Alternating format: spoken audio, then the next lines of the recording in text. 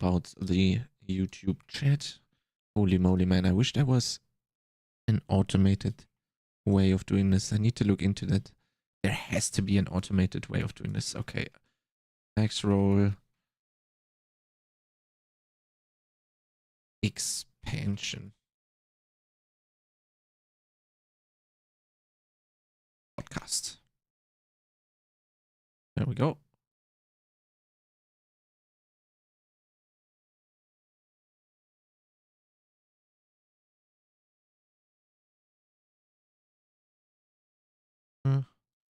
Like this probably. Space it out. Center should be good. Minus 1.15. There we go. Blast it on here.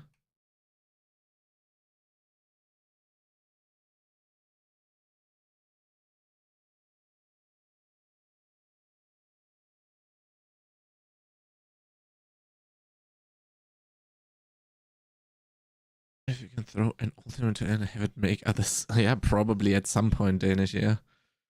This week when I'm working, about to go to bed. How's everyone? Yo, Yanni. Yeah, I just woke up an hour ago. Playing WoW for the first time in like 10 years. Wish me luck. Nice, man. Did they get you with the expansion, huh? Okay, let me see. Got a Yoink MAXROLL logo.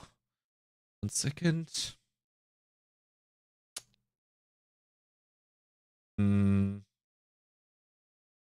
There we go.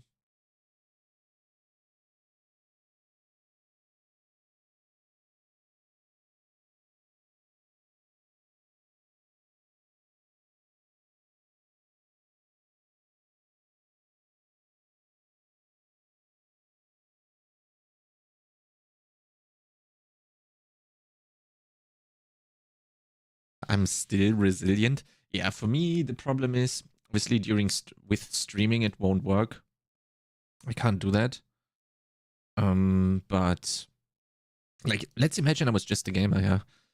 The problem with WoW is you need to find a guild to do the content, and then you're relying on other people again. And do you really want to rely on other people, you know? Going hardcore? Yes. We're going for rank 1 Vessel of Hatred. Rank 1 Vessel of Hatred? No, that doesn't make sense. T4 Hardcore Dark Citadel.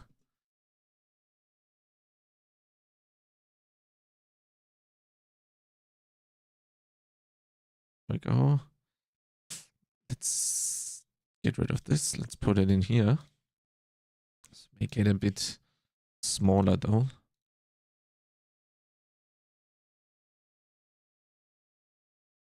Let's do it like this, and then we can do 0.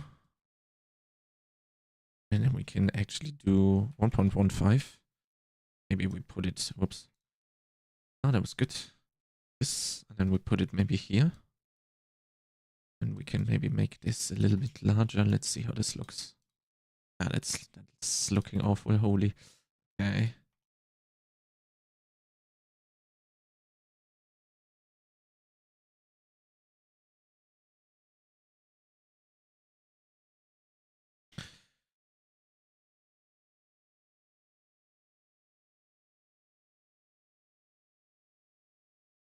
Yeah, exactly, Yanni. That's exactly the same for me. I can't just log in WoW and play it for an hour a day, whereas ARPGs, I can do exactly that if I was a normal gamer.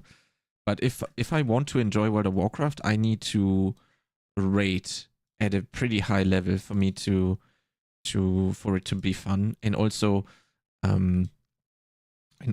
do what's it called?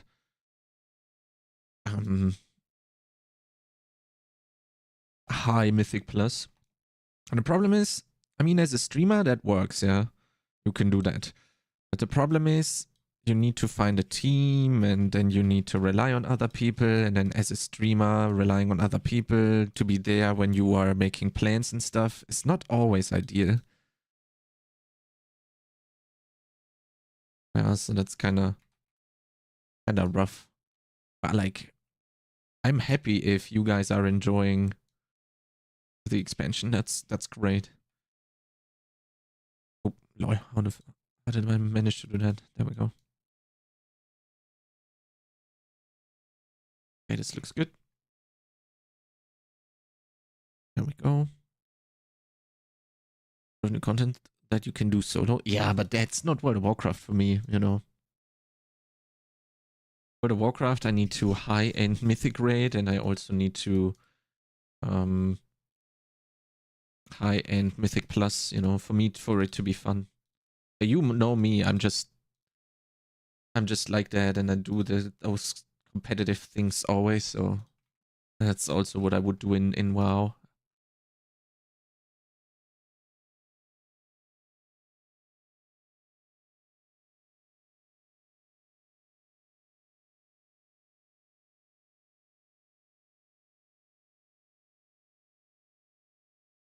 Okay, there we go. Going to update Season 6 minion build. Yes, of course.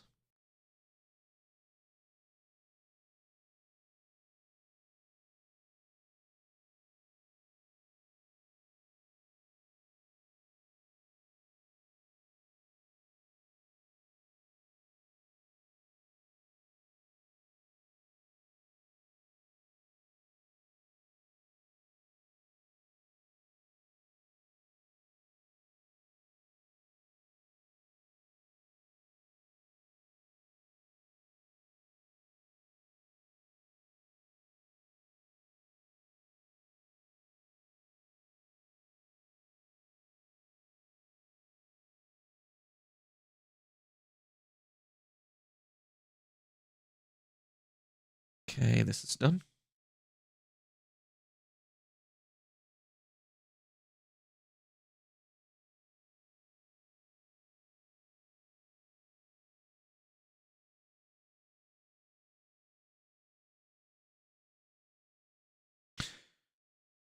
Yo, Blue Days, how's it going? I'm great. How are you?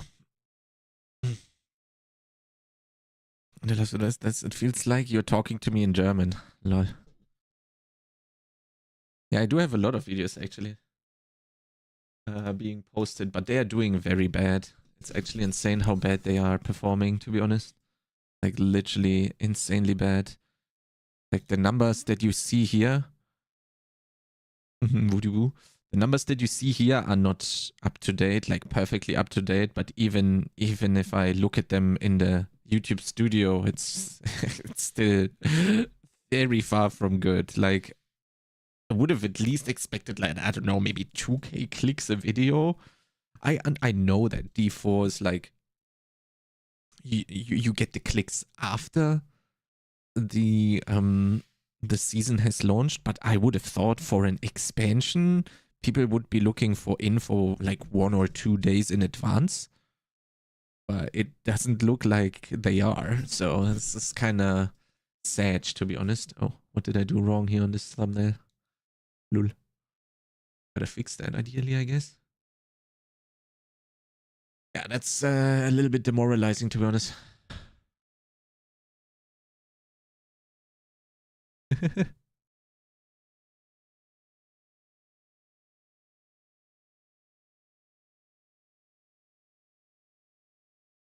Hi. This was the review access, not an early access.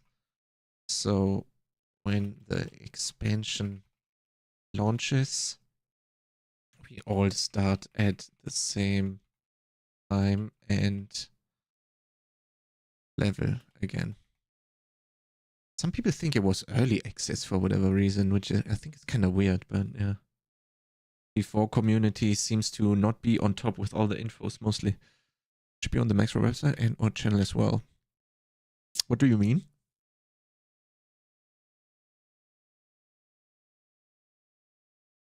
Are you good, Blue Days?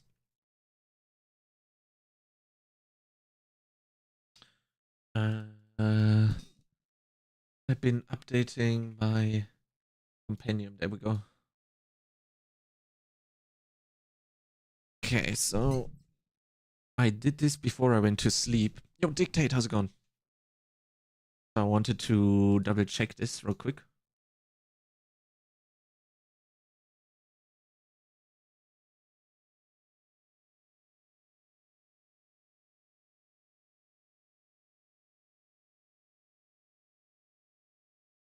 Okay, take plus XP seasonal blessing first. Take other beneficial seasonal blessing next. Pick up ore and herbs. Always keep seething open and at least... I can't edit this.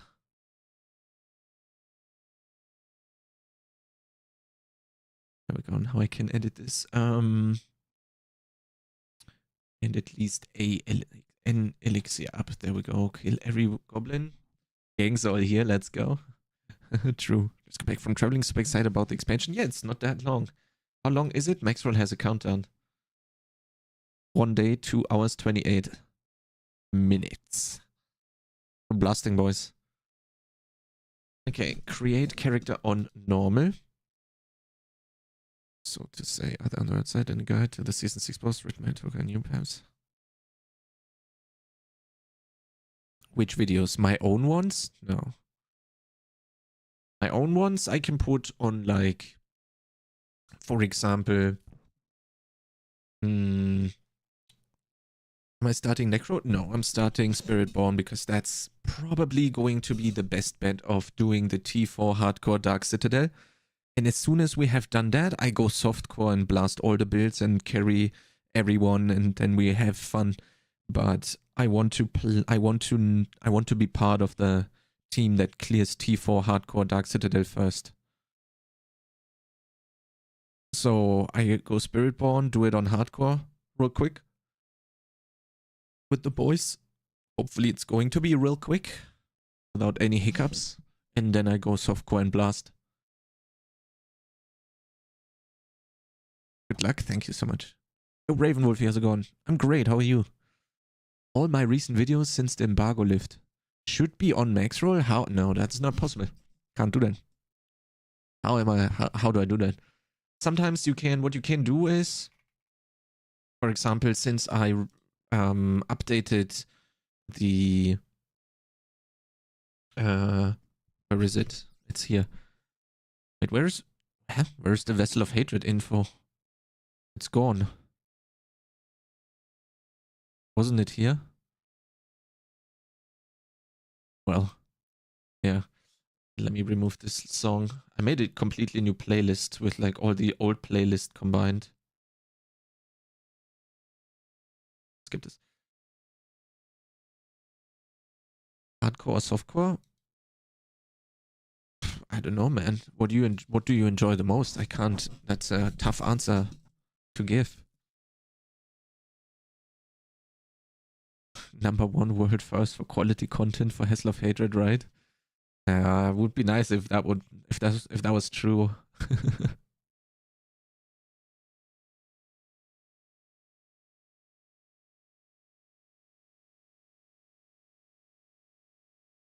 Like what we can do is on the, for example, on the Bone Spirit, Macro doesn't have a video currently, but if you have one, you can put yours here, right? For example, that works.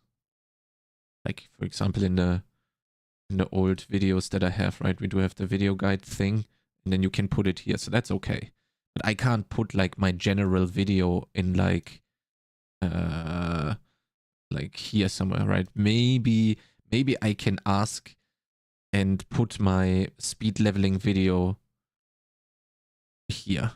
Maybe if I ask, maybe I can put it here. Yeah. Spiritborn, I play Quill Volley, Jaguar, Gorilla.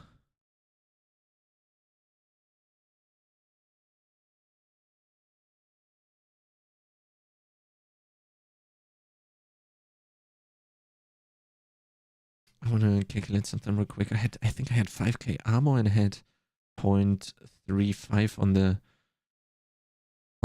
what's it called? Oh wait, that's 500. I had 5k armor times 35 was the unyielding, right? That's 1,750, and now it's kept at like 2,000 or so, 1,500, which is fine. That's okay. That's gonna be a little bit less damage, but then again, I had no masterworking and anything else, so we'll be fine.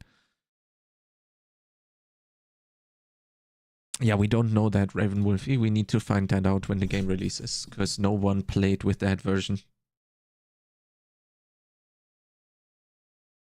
Any recommendations? Minion Necro build will be is currently being reviewed, and then it's gonna go live. Jezerox. Diablos. I don't know what type of player you are.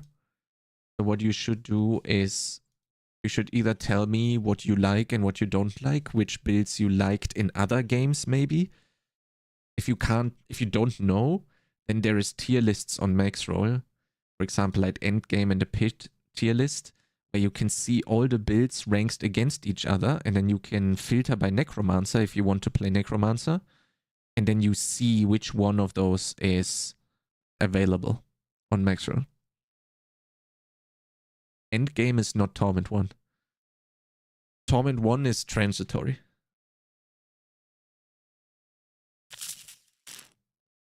Everything can do Torment 1.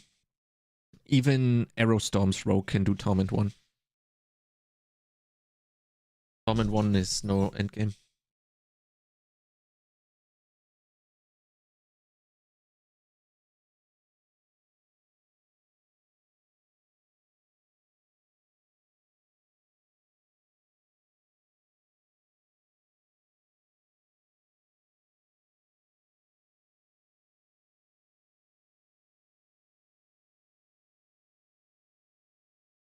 Sorcerer North are not enough. Well, from what Northy expects, no. There's still Lightning Spear Sork and Elemental Constellation pretty good.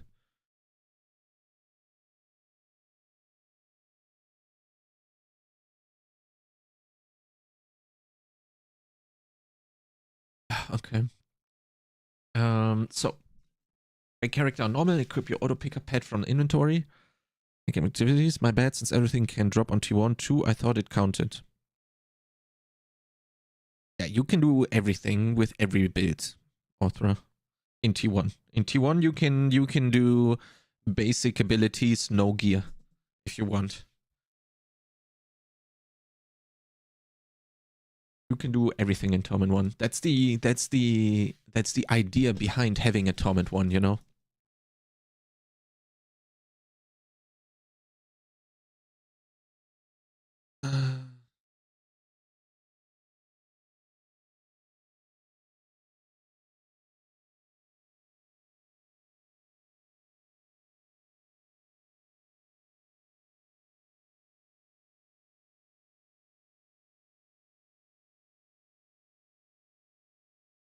I need to be above level 50 to use a build, and level 35 loot is not the best. I want to destroy single enemies fast if I had to choose one type. You can choose. Then you should choose something from the leveling builds tier list, Diablos. Then you click here on the leveling builds tier list on MAXROLL.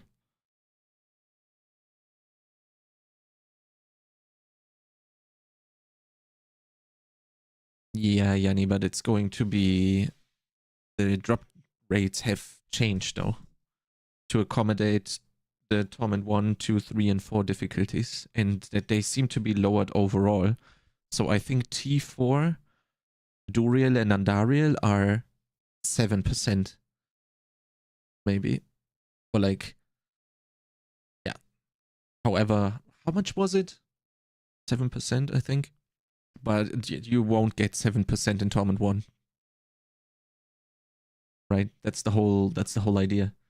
Diablos, you go to MAXROLL GG tier lists, leveling tier lists, and then you can do the same. You can filter by Necromancer, and then you can take these builds. These are for leveling. And then you're gonna be blasting.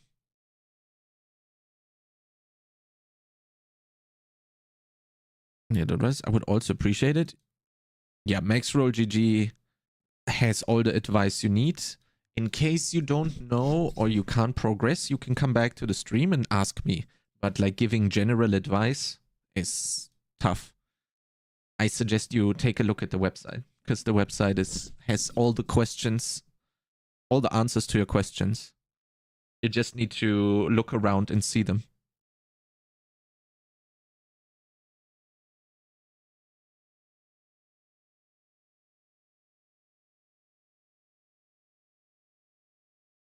Okay. Equip auto pickup pad from inventory. If Spiritborn, collect your main skills, Codex of Power aspect, and clear Seething Underpass for aspect of haste. Kill a Realm Walker for Seething Opal, materials, gear, gold, boss mats. Blast campaign till 35, then complete the following strongholds. Finish campaign, instantly look for a Realm Walker, boss mats, gold gear.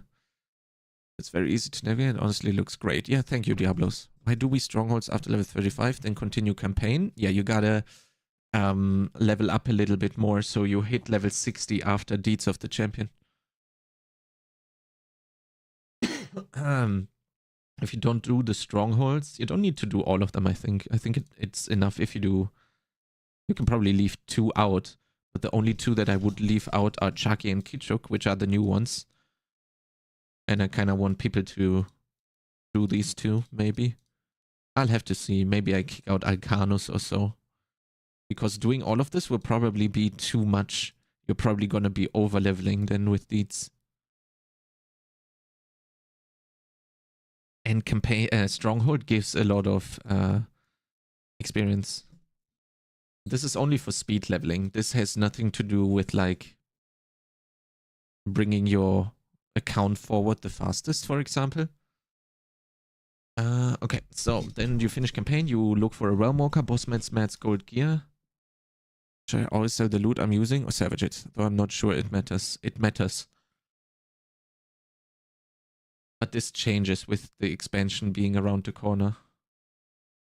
It comes down to how your materials and your gold looks like. If you need materials, you salvage. If you need gold, you sell. But uniques, you always sell. Starting complete Deeds of a Champion. Ding 60, unlock rep board. Do some nightmare dungeons for full level 75 gear and Opticide. Start selling items in addition to salvaging. Clear pit tier 20, enter tournament 1. Will you share your Excel? Yes, I always do on my MAXROLL. On MAXROLL on my YouTube. I make a video about this with all the info. This is not all the info you need to understand what I'm saying here and why you need to do this. You need to watch the video that I'm making tonight.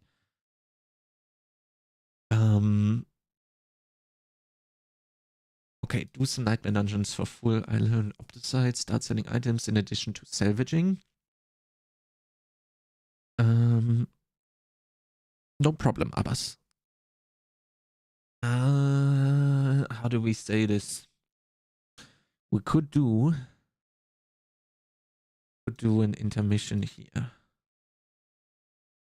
Could do 9, 10, 11, 12, 13, 14, 15, 16, 17. This is going to be keep an eye out for whispers that complete for Nahan to whispers to complete renown for passively.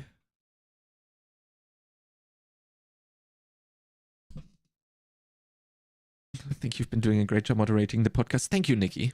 I'm trying my very best. Sometimes I think it's not as easy for me as a non-native speaker to like precisely transport of what I want to say, right? To be like very precise and therefore get the answers that I'm trying to fish for, right? But I'm becoming better at it, I would say. But thanks for saying this, because I'm like very insecure. Not very insecure, but I'm like insecure about it. Am I doing a good job? I don't know. Which is great for moderation. Thank you, Otra. I appreciate that. My English is excellent. Yeah, I maybe like my pronunciation and so on is okay, I would say. You know, I'm sometimes, and I think that's a normal problem of when you are learning a new language, you resort to words like good and therefore you lack like the vocabulary to further make clear what you are trying to convey, right? Understand you much better than the professors I had. Yeah, but that's exactly what I'm talking about, right? Like if I talk German, I can way easier fish for an answer because I have the perfect fitting word.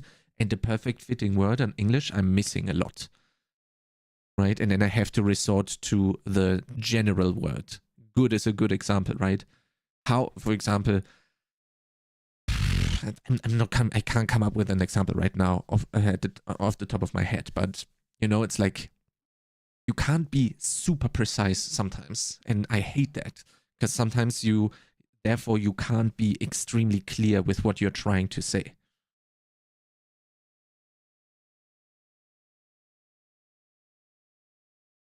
Bad English understanding, I can tell that's very well. Thank you, Abbas.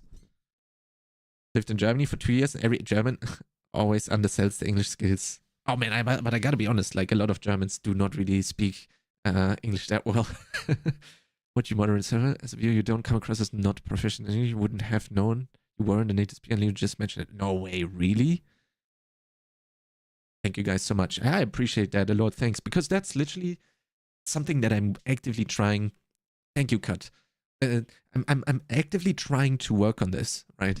I feel like I can't sometimes precisely say what I want to say and kind of like be too all encumbering instead of like not straight to the point, but like really see, I'm struggling doing it right now. You see what I'm saying? Like the thing that I want to say, I can't really always pinpoint it and show it to the other person by saying it. I have to go and explain too much around it instead of having the perfect sentence and just get it done with in one sentence, you know? Which is exactly what's happening right now. That's the funny part. Okay, so we unlock report. Keep an eye out for Nahantu whispers to complete renown passively. Okay, let's see. What do we need for renown? Should be a... Yeah, exactly, Cut. Yes. Sometimes I have to beat around the bush a little bit for people to be able to say what I want to say. Where do we have a renown? Can I control F when I have this open? Oh, this actually works. Lol, login. Okay, let's see here. Are we there yet? It's still a little bit. MAXROLL has a countdown. 1 day, 2 hours, 11 minutes, 55 seconds. Tolga. Okay, gotcha, Ravenwolf. I appreciate you guys saying that. I really do. Because I'm actively trying to work on this. And I gotta be honest, after like I'm trying to work on this for like the last, let's say maybe 3 months or so, right around when I went to Blizzard, that's actually longer than, let's say, half a year, right? Right around a week or 2 or a month before I went to Blizzard, I felt like, oh, my English has done a huge step in terms of my vocabulary, right? I think, and I'm kind of like on the same level now, but that's already a big step up from what I had, in my opinion, back then. And then it's just going to keep better and better. The more I speak to native speakers and the more I stream, the more words I'm going to pick up that I can then use to convey and correctly describe what I want to say. Thank you, Blue Days. I really appreciate that, yeah. I think I'm also pretty, how to say, I just like learning, so this is a lot of fun to me. Very nice. The weird hodgepodge of French and Anglo-Saxon kind of follow strange grammar rules. Yeah, exactly. Okay, so we need to discover some areas. We need some waypoints. We do 2 strongholds. How many points was this again in total? I don't remember. Well, we're not doing side quests. We're discovering some areas. We are doing 2 side dungeons at the very least. We're doing 2 strongholds. So that's 280. We're getting all of these. So we are at 400. I don't know how many areas we're going to discover, but let's say half. That's 29 times 5. Let's say 30. That's 600. So we have 1,000 renown. And I think you need 1,250, if I remember correctly. So we need 250 more, which we can do with the 10 hits of Akarat. But then again, I need to find 25. But again, we also do have them up on MAXROLL. And then we get the Paragon points and the skill points. Yeah, but I mean, it's only 250, right? We could also just do like 4 dungeons real quick. And a stronghold, and we're done. That could also work. Like the last, but I gotta be honest, that last stronghold is super fucked. But then again, like ideally you really want to, really want to do this passively. Because 4 Paragon points and 1 skill point before you're level 60 or before you're pushing the pit, for example, is negligible. You can, like, you only have so much time, right?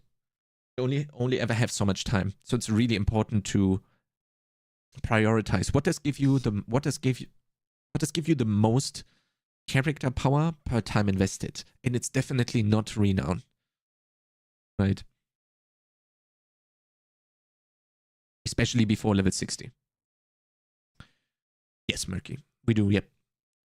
When you are level 60 and you have the full renown, when you have Nahantu done as well for the renown, up to 3, you will have 71 skill points. Oh, actually, it's going to be very easy to get the skill points. Oh yeah, so the Paragon points, you are going to be fine without the 4 Paragon points. You're just passively going to get them while you are doing your whispers. So this is totally good. Yes. That's totally fine.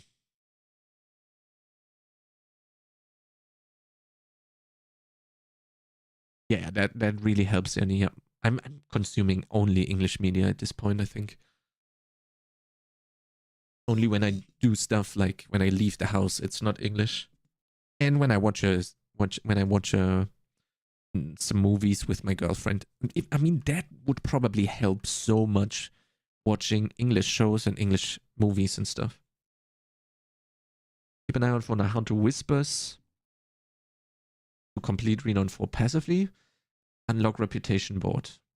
We should swap this for sure. We'll swap this like this. Because we wanna do the unlock of the Reputation Board first. Can we do the unlock Reputation Board earlier? We should do that after the campaign.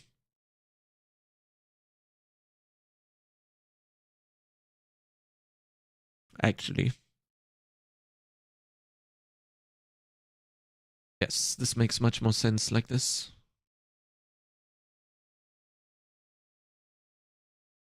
Yeah, books. Yeah, I should read books in English for sure. That would help a lot as well, I think.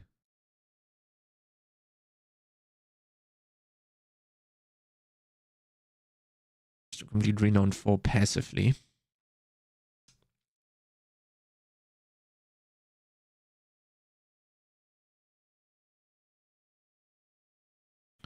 Seven, 8, 9, 10, 11, 12, 13, 14, 15, 16. Oops. 17, 18. There we go. What time is it? 2:54. Okay.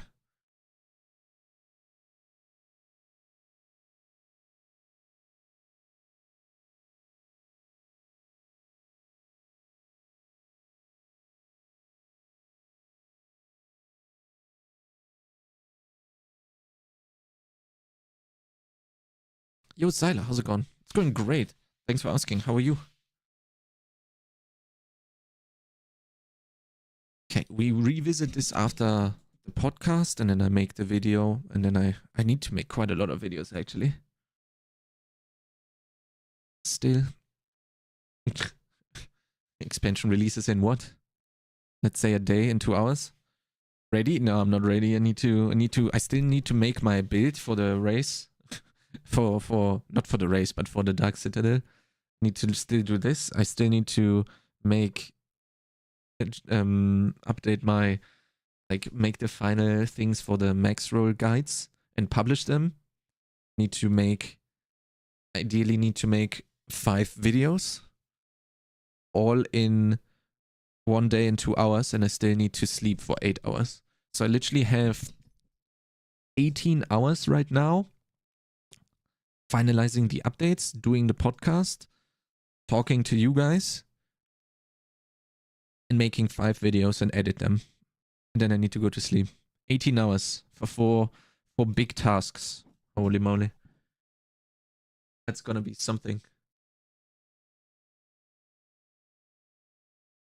Okay. Calling the boys.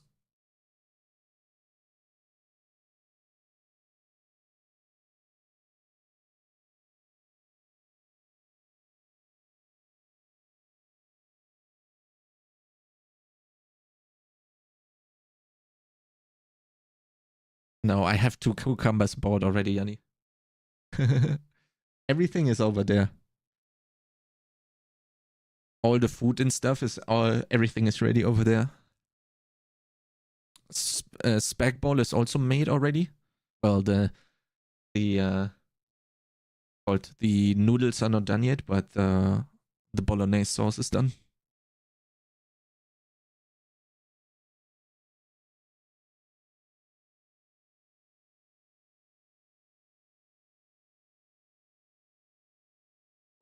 Ready meals? No, I cooked them. I pre-cooked them. Couldn't resist. Yeah, all good.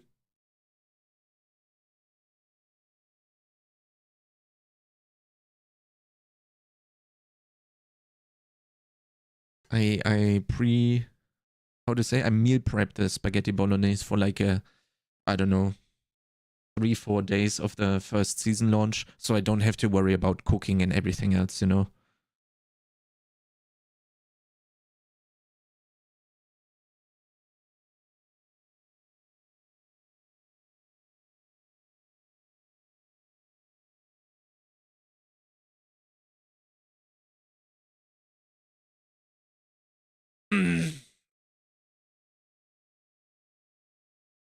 What class are you guys gonna be playing for the expansion? Yo, Lucky, how's it going? hey Chronix. Going well. How are you? Nice. I do hear a buzzing sound from your microphone when you speak. Oh, you are? Oh, no, I think now it's good, actually. It's okay. Oh, no, there it is. Uh-oh.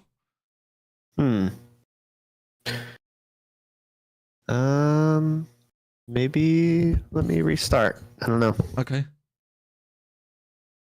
Uh-oh, that's not good. Did you guys hear that too? Or was it only me? Going to bed now. See you all tomorrow. Have a productive night. Thank you so much, Yanni. I see you. I'm going to be live in like 23 hours from now. Or like 20 hours from now. Something like that. You heard it too? Okay, perfect. Next, but I don't know any of the new stuff. All good, Morky. Blasting Spiritborn first and then all the other stuff. Yeah. Gotcha. I mean, that makes total sense. Spiritborn is like the hype. Makes total sense that you guys want to play it. It's cool. Like, it's a great class. I'm having a blast. Not gonna lie. I thought it's not gonna be as much fun as it is. Really. All new achievements and all new things. Then maybe some other class, depending if I get bored or not. Hello. Oh, hi, Woody. Hi. Lucky had to restart because his mic was making buzzing sounds. Uh-oh. Okay. Uh-oh. Uh-oh. I saw the comments under your video. It's not only us that found it very funny then. under the T3 clear. Yeah, that one is amazing. Uh-oh. I think it's literally the top comment. It's like, uh-oh. It's so good.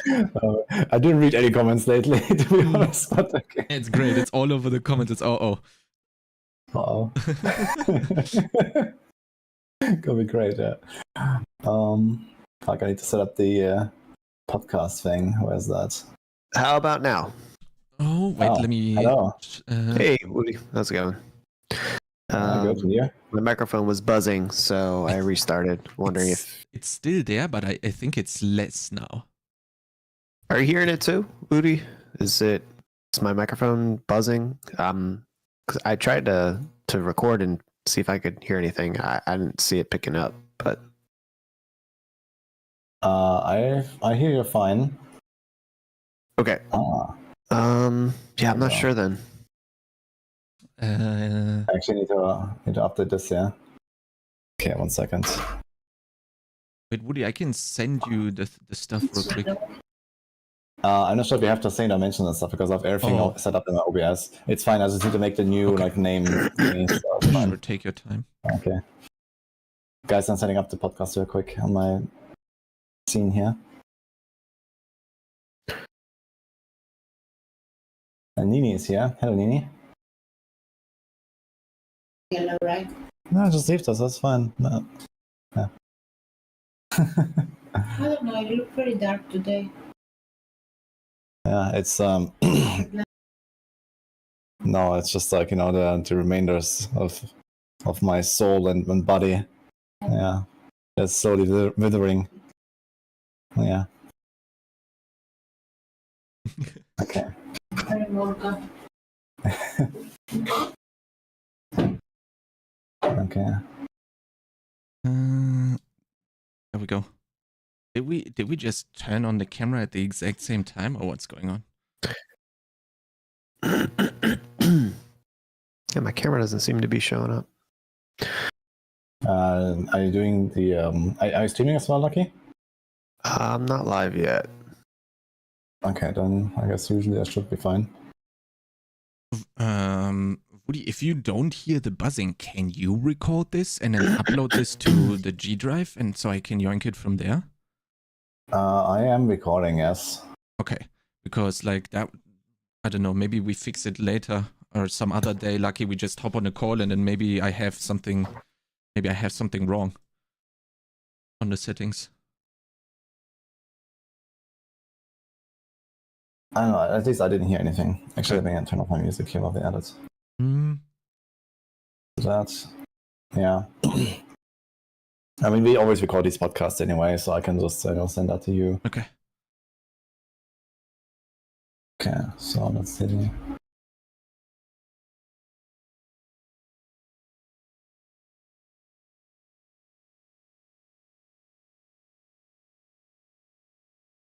Okay. Oh, Woody, while we're doing this, how's the status on the updates? Can we start off the podcast by saying that MAXROLL is like in the process of being updated, or what's the correct term right now? Well, I mean, a lot of the guides are already live. Okay. Okay, actually, I think I'm gonna take your. Did you send it here in the channel? No, I can't. Wait, give me a second. I think I just photoshopped the wrong file or something. I'm not sure which one I was using here.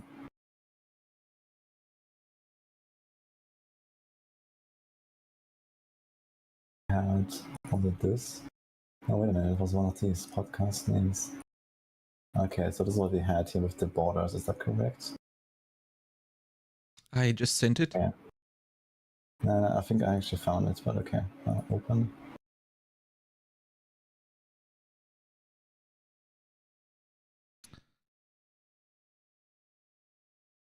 Okay. How's it going, the Froggy? It's been a while since we've done it. I found it. Okay, it's all good. Okay, all lucky.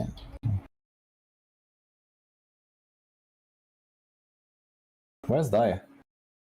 Did you hear from him? He joined and then he left. Oh. But okay. Anyway, about the MAXROLL updates. So yeah, we have been already publishing the tier lists. So that was fine. And yeah, like since like basically yesterday, today, like all of guides are also going out.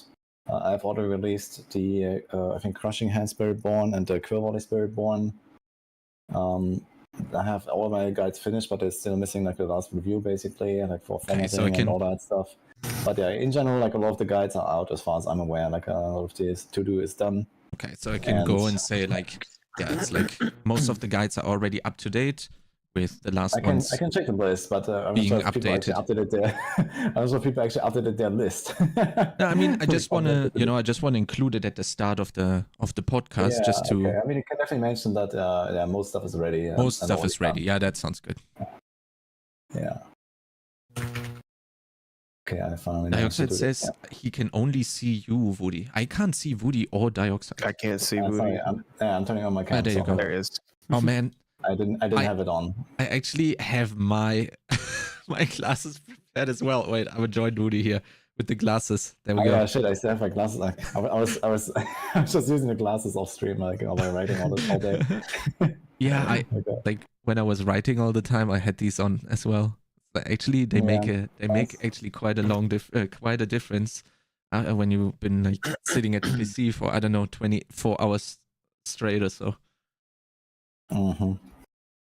Okay, let me try to fix this here. Is it like this? No, like this. Oh, nice. Chronic's actually in the right spot, man, where he should be. Mm-hmm. Oh, instantly. Okay, and then we have this, and then we have this. Yeah, I don't know how, but for me it also. Lucky is in the right. Lucky is in the right spot too. I don't know how it works, but it works perfectly. It's weird. Okay. Sometimes it just works. Firing on all cylinders here. Sometimes it just works. That's true, man. Okay. Dioxide is not turning on the cam for me though. Yeah, it's loading, kinda. Okay. Yo, Kikis, how's it going? All right. Anyway, how's your progress, by the way? Are you done with everything about Chronix? Yeah, I need to implement the review feedback, and then I can publish everything. Okay, easy clap. Yeah, I know. Lucky. I mean, Lucky had like his rake guides, right? So he's also done with everything. Yes, looks good. Yes. Yeah. In general, I'm gonna look through the list now and see actually what's up. No. Oh no. Oh no. Okay, Dioxide is coming back. I'm twice now here on my own screen. Oh. It's loading. Okay. Oh, Okay. just ended full default mode now. Okay, nice, Kikis. Yeah, good luck with that. I'll get to you in like maybe 2 weeks or so when like this whole blast here. Like I've been sitting here for like I don't know 3 days now or something. You have so many guides. When all of this like settled down again, and then we continue with what we started. Yeah, written for like a month ago before I even like played the early access, and now it was like easier to go back and like update what I already had basically. But I mean, there was still like so many things, and I actually had like a very formidable cooking session, like basically right after the early access ended, the embargo lift and stuff. I just kind of like sat down here and like I streamed for like 2 hours. I talked about the Spiritborn a bit, and then I sat down here and I just like started blasting planners for like 15 hours straight after the stream. And then I was done. And I was like, oh man, these setups, man, mwah, Yeah, and it all changed. Yeah, it was great. Yeah. I had like 7 spreadsheets open and calculating shit. It was great, man.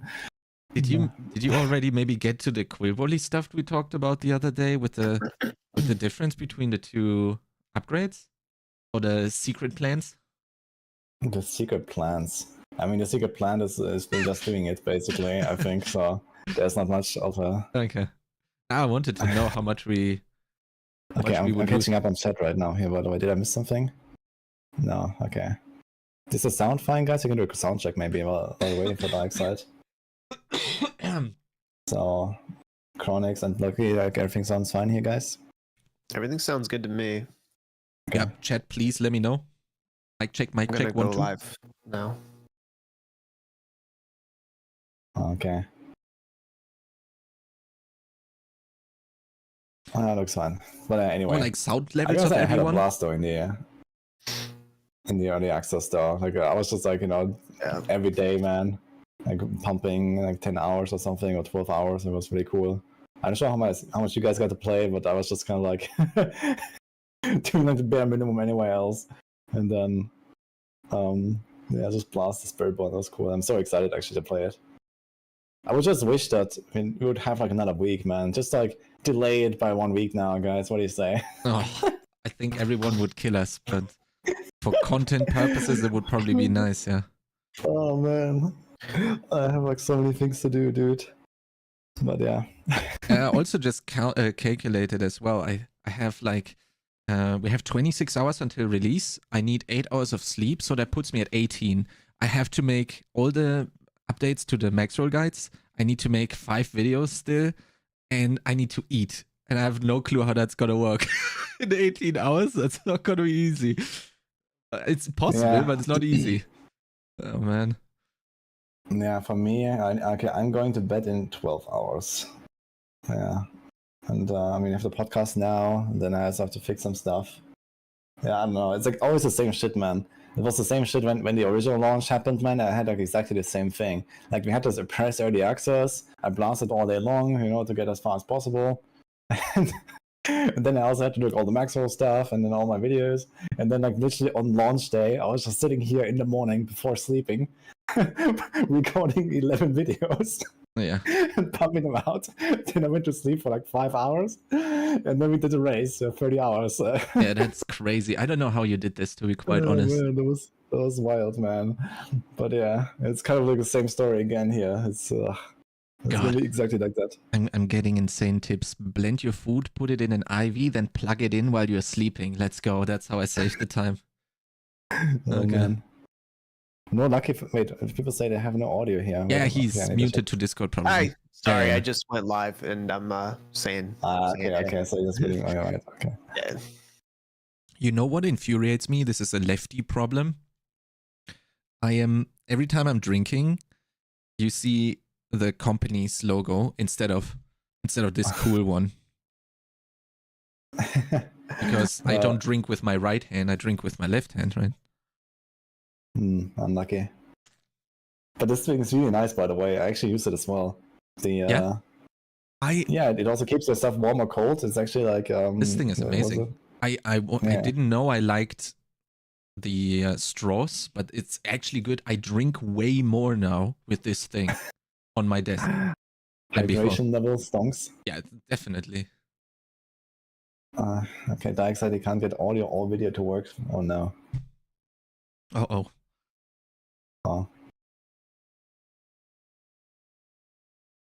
Okay, let's see. Meanwhile, I'm gonna check the content sheet and see where we are. You're just gonna call everyone out or what? Okay, I see a lot of green in our sheet, so that's good. Yeah, it's mostly green actually. There's like a few things that are missing.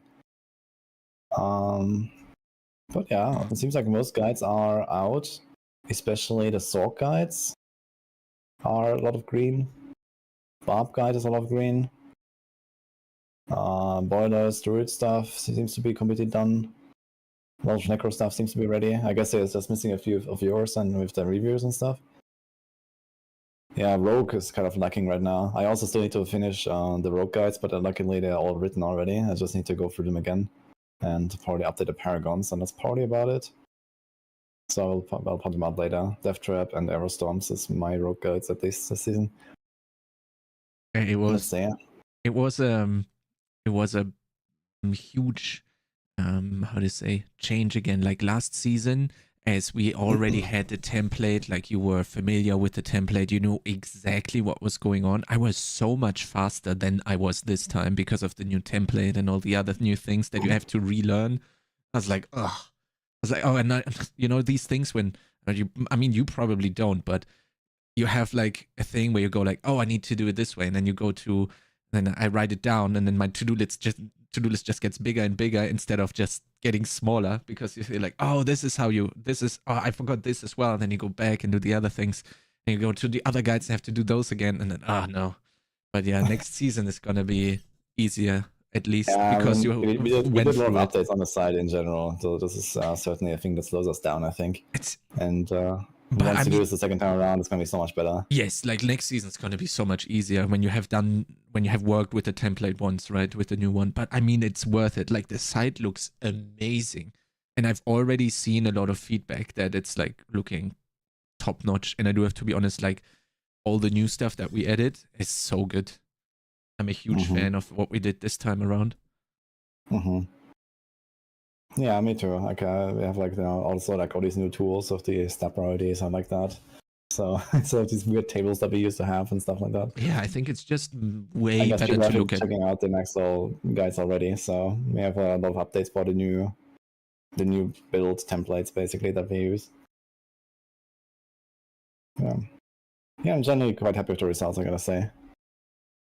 I just wish it wasn't like so so crunch as it was, man. I guess it was insane. Just a few days to get everything done, kind of after the patch notes. It was like, that was rough. Yeah, guys, you see me twice, by the way, because we're waiting for Darkseid. And Lucky I think, is talking to his own chat. And Darkseid has some issues with his audio and stuff. Oh, I'm here. The cameras moved their positions though on the stream, so I had to move the names around. Yeah, no, it's don't do it. There's no Darkseid. Yeah. Oh, it's got to move back. It will But you go can back, yes, exactly. you can control Z. Okay. It should switch it back. Yeah. Got it. Lucky. I see the Nyrell Soulstone there. I missed my delivery because I was sleeping. Oh no. Yeah, because I'm like changing the We'll get sleep the sign pattern. for it. Well, you should have stayed up and write more guides, man. What do you mean? It's like it's. Oh no. Man, what's going on with Darkseid's video, man? Yeah, it looks not promising. I have not seen this. Like it's loading and loading and loading. Well, should we just kind of like go or what, and hope that he joins or what? Does he hear us though?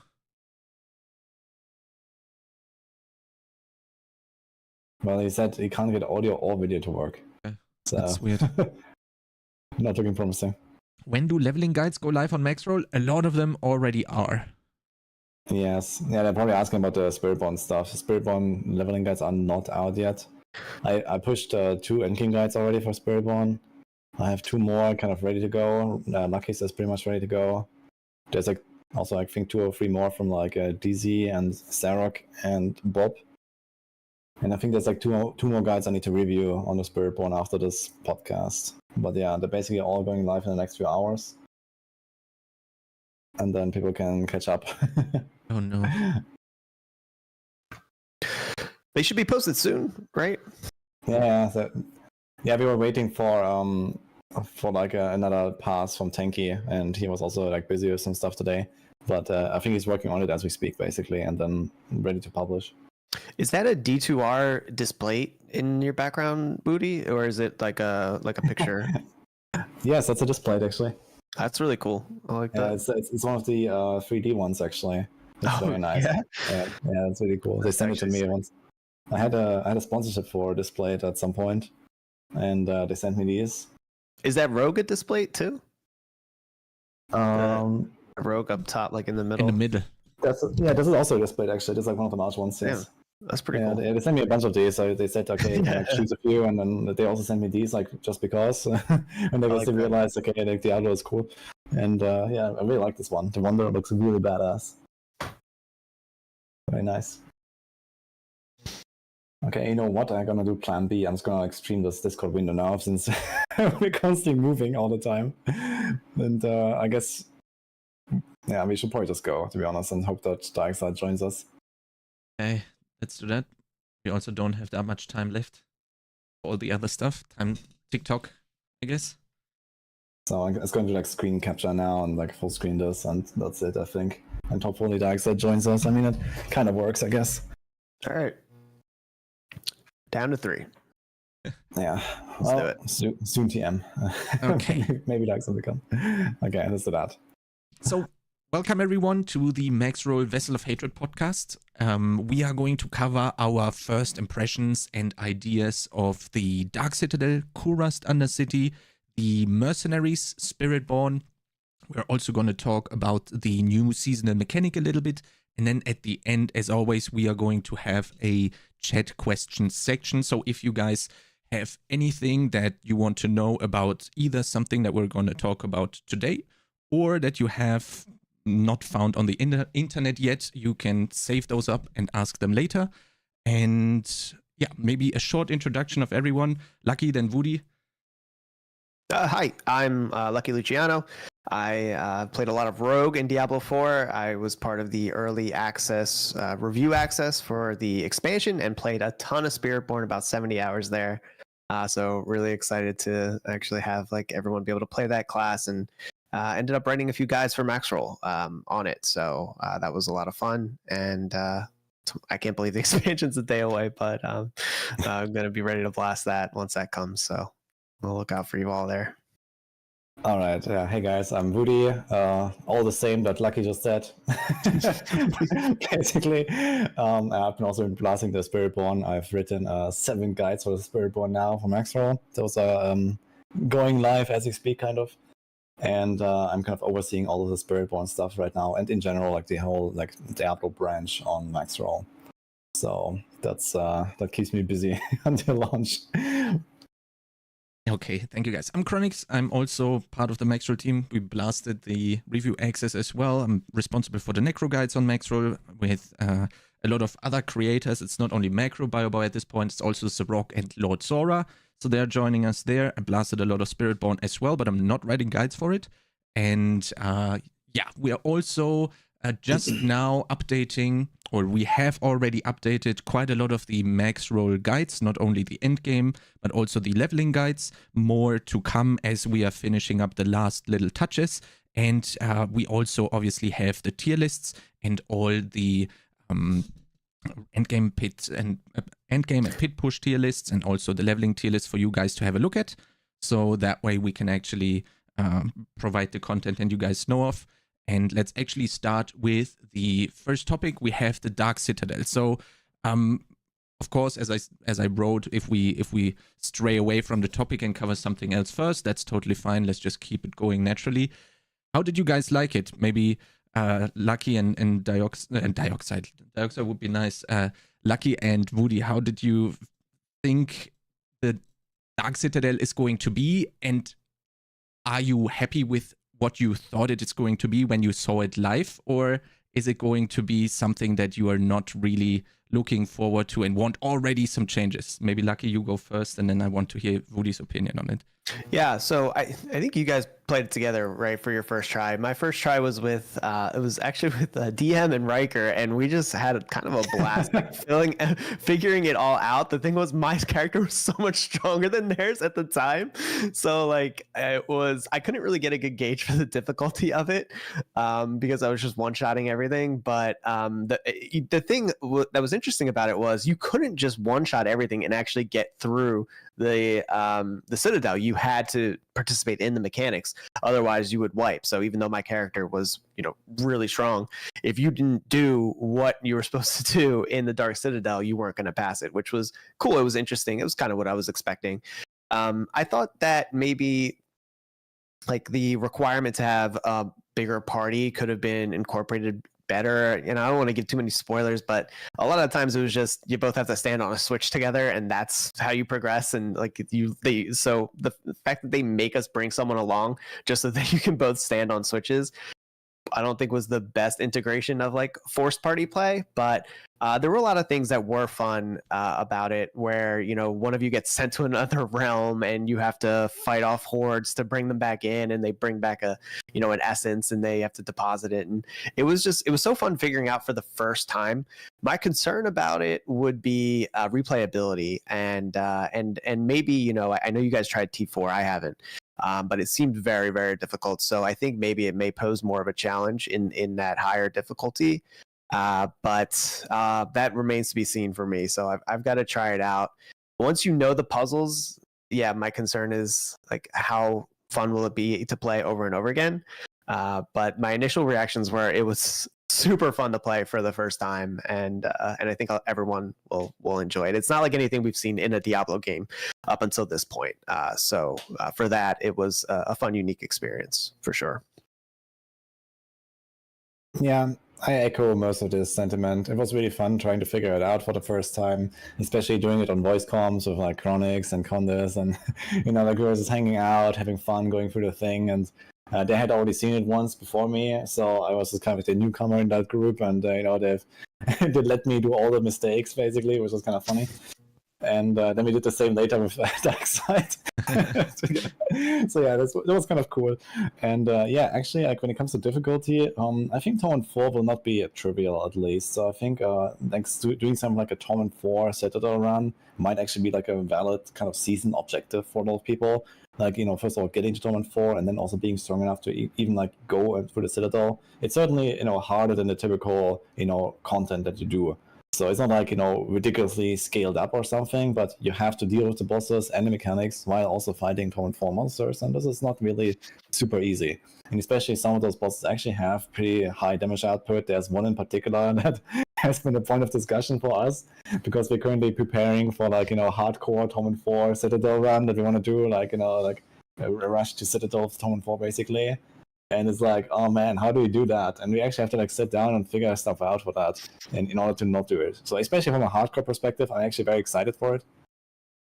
But overall, yeah, I'm not sure about the long-term replayability. I guess it will probably mostly depend on rewards. At some point, it's kind of, it's like one of the things you do, here and there. You blast through it once a week if you log in, and then you get some reward at the end. I mean, that's okay as well. It doesn't have to be the Omega challenging, crazy content forever or something. So that's fine, I think.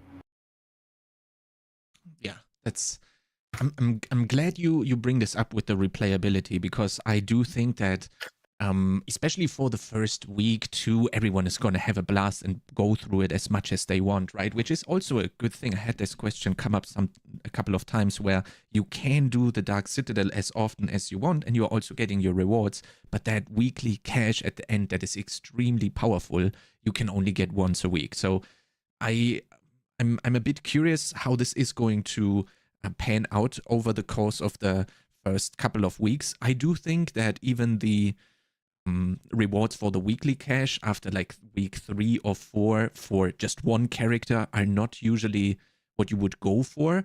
But then again, at week 3 or 4, you're probably already off to your first alt anyway, which you then want to do the Dark Citadel on, I would say, right? So it's kind of like helping you get up a character again and make it very strong. So I do like the rewards that we get for the once a week thing. And I'm curious how it's going to be received in terms of the party focus that we just said, because obviously, without too many spoilers, there is definitely some things where you need to cooperate, and not only having someone with you in a party, but also not being able to directly talk to them could pose a problem when it comes to that, for the difficulty for the randomly thrown together groups that we have with the party finder. So which thing in particular what's your first top tip when it comes to the people that go into the Dark Citadel for the group finder? Can you shoot from the hip here, maybe? If you see a portal on the ground, stand on it. That took us a minute to figure out that just all the time these portals are just appearing on the ground, and you have to stand in them to go to the next place. And if you don't, you're going to be separated from your group, or someone's going to get left behind. And if you see that stuff on the floor, just go for it. Just go in and don't look back. I think it's going to be difficult without voice chat, at least for the first time. I think after a couple weeks in the season, everyone's going to kind of know, and pickup groups will succeed in the Citadel pretty easily. But man, for those first attempts, if you're trying to figure out the mechanics and not having that communication with each other, I think people will struggle. Yeah, I think it's going to be okay. Number one tip I would give is probably always look at the objectives, because you have the quest on the side that tells you what is going on. Defeat this guy, break the barrier, whatever. And you will understand from that what you have to do. It's usually also not very precise timing you have to follow or something like that. So it's okay, you have to do the thing, but it's very forgiving, I guess, with the timing. As long as you actually have the DPS and the survivability to go through the thing, you're gonna be okay, as long as you keep an eye on that. Yeah, that's actually very good. With just go through the gateways. It's definitely something that I'm trying to not giga spoiler here, but sometimes things look more dangerous than they really are. They are really more helpful than they are dangerous to you. So that's kind of the funny part sometimes. The quest look tip, I do have to echo this. Look below your mini map, because it is the quest log or the objectives or whatever is the absolute MVP in the Dark Citadel. It is so incredibly helpful. If you don't know what to do, if you take a close look at that and then compare the symbols, it's going to help you for sure. The rate marker feature is also something that I think is a great addition, and I'm also happy that it's only usable in the Dark Citadel. But I would like to have that it actually marks where my mouse is, not directly in front of my character. I think that would be much more helpful if we could go and be like, okay, mouse over here, and then press the button to actually put the raid marker down when it comes to maybe guiding someone to a certain objective, or maybe showing your intent of moving somewhere. I think that would be a little bit more helpful in that regard with the mouse over things. In terms of group composition, do you think that we're moving again? In terms of group composition, I mean, okay, at the beginning it's going to be 4 Spiritborn all over the place, everywhere, anytime, anywhere we go. But do you really think that there is like a certain class that can benefit from their skill set in the Dark Citadel when we're looking at it, going into the Dark Citadel? Is there something that your class should bring? Well, I mean, like, I guess the class that generally has it the easiest in these kind of things is the Sorc. Because Sorc has Teleport and Flame Shield, and both these are very valuable tools when it comes to like these scripted fights and boss fights, and like any kind of like one-shot shenanigans that are going on and these kind of things. So you can also do this with, like, for example, Lilith, right? Okay, as long as you have any kind of DPS, then a Sorc will always defeat Lilith pretty easily just because of those 2 skills. So I guess they will probably have it the easiest, but outside of that, I mean, there's not really a huge requirement for anything. Like, everything can be done with literally just moving and evading, I would say, and you don't need to bring anything besides like kind of like a certain stat check, I guess, to like take down the bosses in not a ridiculous amount of time, and actually like survive a hit or 2 or something like that, and you're probably fine. Lucky we can't hear you. Yeah, I agree with that. Sorry. Yeah, you'll be able to clear it pretty easily, I think, on T1 with whatever you bring in. I think once you get to T4 is when you're really going to want to be optimizing your group and sort of min-maxing that. And I think I like what you said about the Flame Shield. Sort you want to have someone like ready to revive your party members as they go down, because like you'll get wiped sometimes, and you'll definitely want to assign roles to people, and you're going to want to be working well together, and Beyond Voice probably is the most powerful tool that you could have at your disposal when you get into like that difficulty over a specific comp. Like, as long as you're all carrying your weight, whatever difficulty you're at, you should be fine. I don't think you need a specific class. Yeah, I'm glad that you guys also said this, because I already saw when I was browsing Reddit in preparation for the podcast and stuff, I was like, a lot of people go like, oh no, you need to play Spiritborn to even get somewhere. So I wanted to kind of like make sure that everyone just plays what they have the most fun with, and it's not kind of like being forced to something that they don't really want. For like the pickup group, let's say you're 2 friends and you're trying to find 2 more people. I'm really curious how that's actually gonna go for all of them. We did have a lot of fun just exploring and figuring stuff out, or letting the person that hasn't done the raid yet figure stuff out and then tell the others what to do. And I do really hope that a lot of people that go into the Dark Citadel with pickup groups join the voice chats that are in the game, maybe even go outside of the game, and then just go and figure it out together. I'm really curious, because I'm definitely going to do that. I will roll a softcore character, and I will do that and just go into the party finder and see what it's all about. That is definitely going to be something that you don't trust hardcore to do it. I don't. No. Sorry, I'm not going into the hardcore party finder. No. That's gonna happen. People are gonna be trolling like the party finder on hardcore. And getting groups wiped. I could see it. Like, DM was talking about it. Yeah, we were going through it. Okay, the thing is, like, it's at your own risk. Yeah, definitely. But I'm looking forward to also like having that, because I think this is the first opportunity I actually get to interact with the casual player and see what's going on, kind of like peek my head into there and see how is this, right? Because I feel like I'm very isolated when it comes to that, and I really want to see how that goes and how that actually plays. I'm really looking forward to be a part of that for now.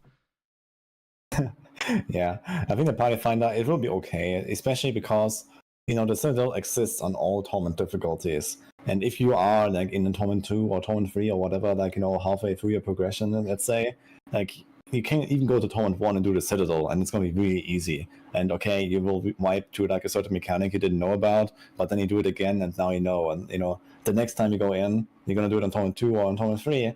And then, okay, even though everything is harder there, you actually have seen it once, and you know, okay, yeah, this works this way. I have to go there. I have to click this thing, and that alone is already, so valuable that, on the second and third round and so on, as long as you understand what's going on, it's going to be way, way better. So I think even in Party Finder, it should not be a huge issue outside of people actually griefing you. Yeah, there's definitely potential to actually do that. But then again, on softcore, it's hopefully going to be from a fun perspective and not actively sabotaging the run. That's probably not going to be the best experience there, I do have to be honest. Now, with the rewards versus time invested, I do think that we talked about the weekly cache a little bit, but the Dark Citadel coin caches and the coins that you can farm by defeating the monsters and also doing the little bonus objectives on the side, how do you feel about those? Where not only the reward itself, but also the refarmability of the coin caches or the coins and going through the raid over and over again. Is that something that you look forward to, or how do you feel about this being in the game? Personally, I would say it's kind of whatever. So yeah. I'll probably just not use the coins and just wait until I have enough to get the kind of transmogs, and I get those at some point, and then I will just never care about them, I think.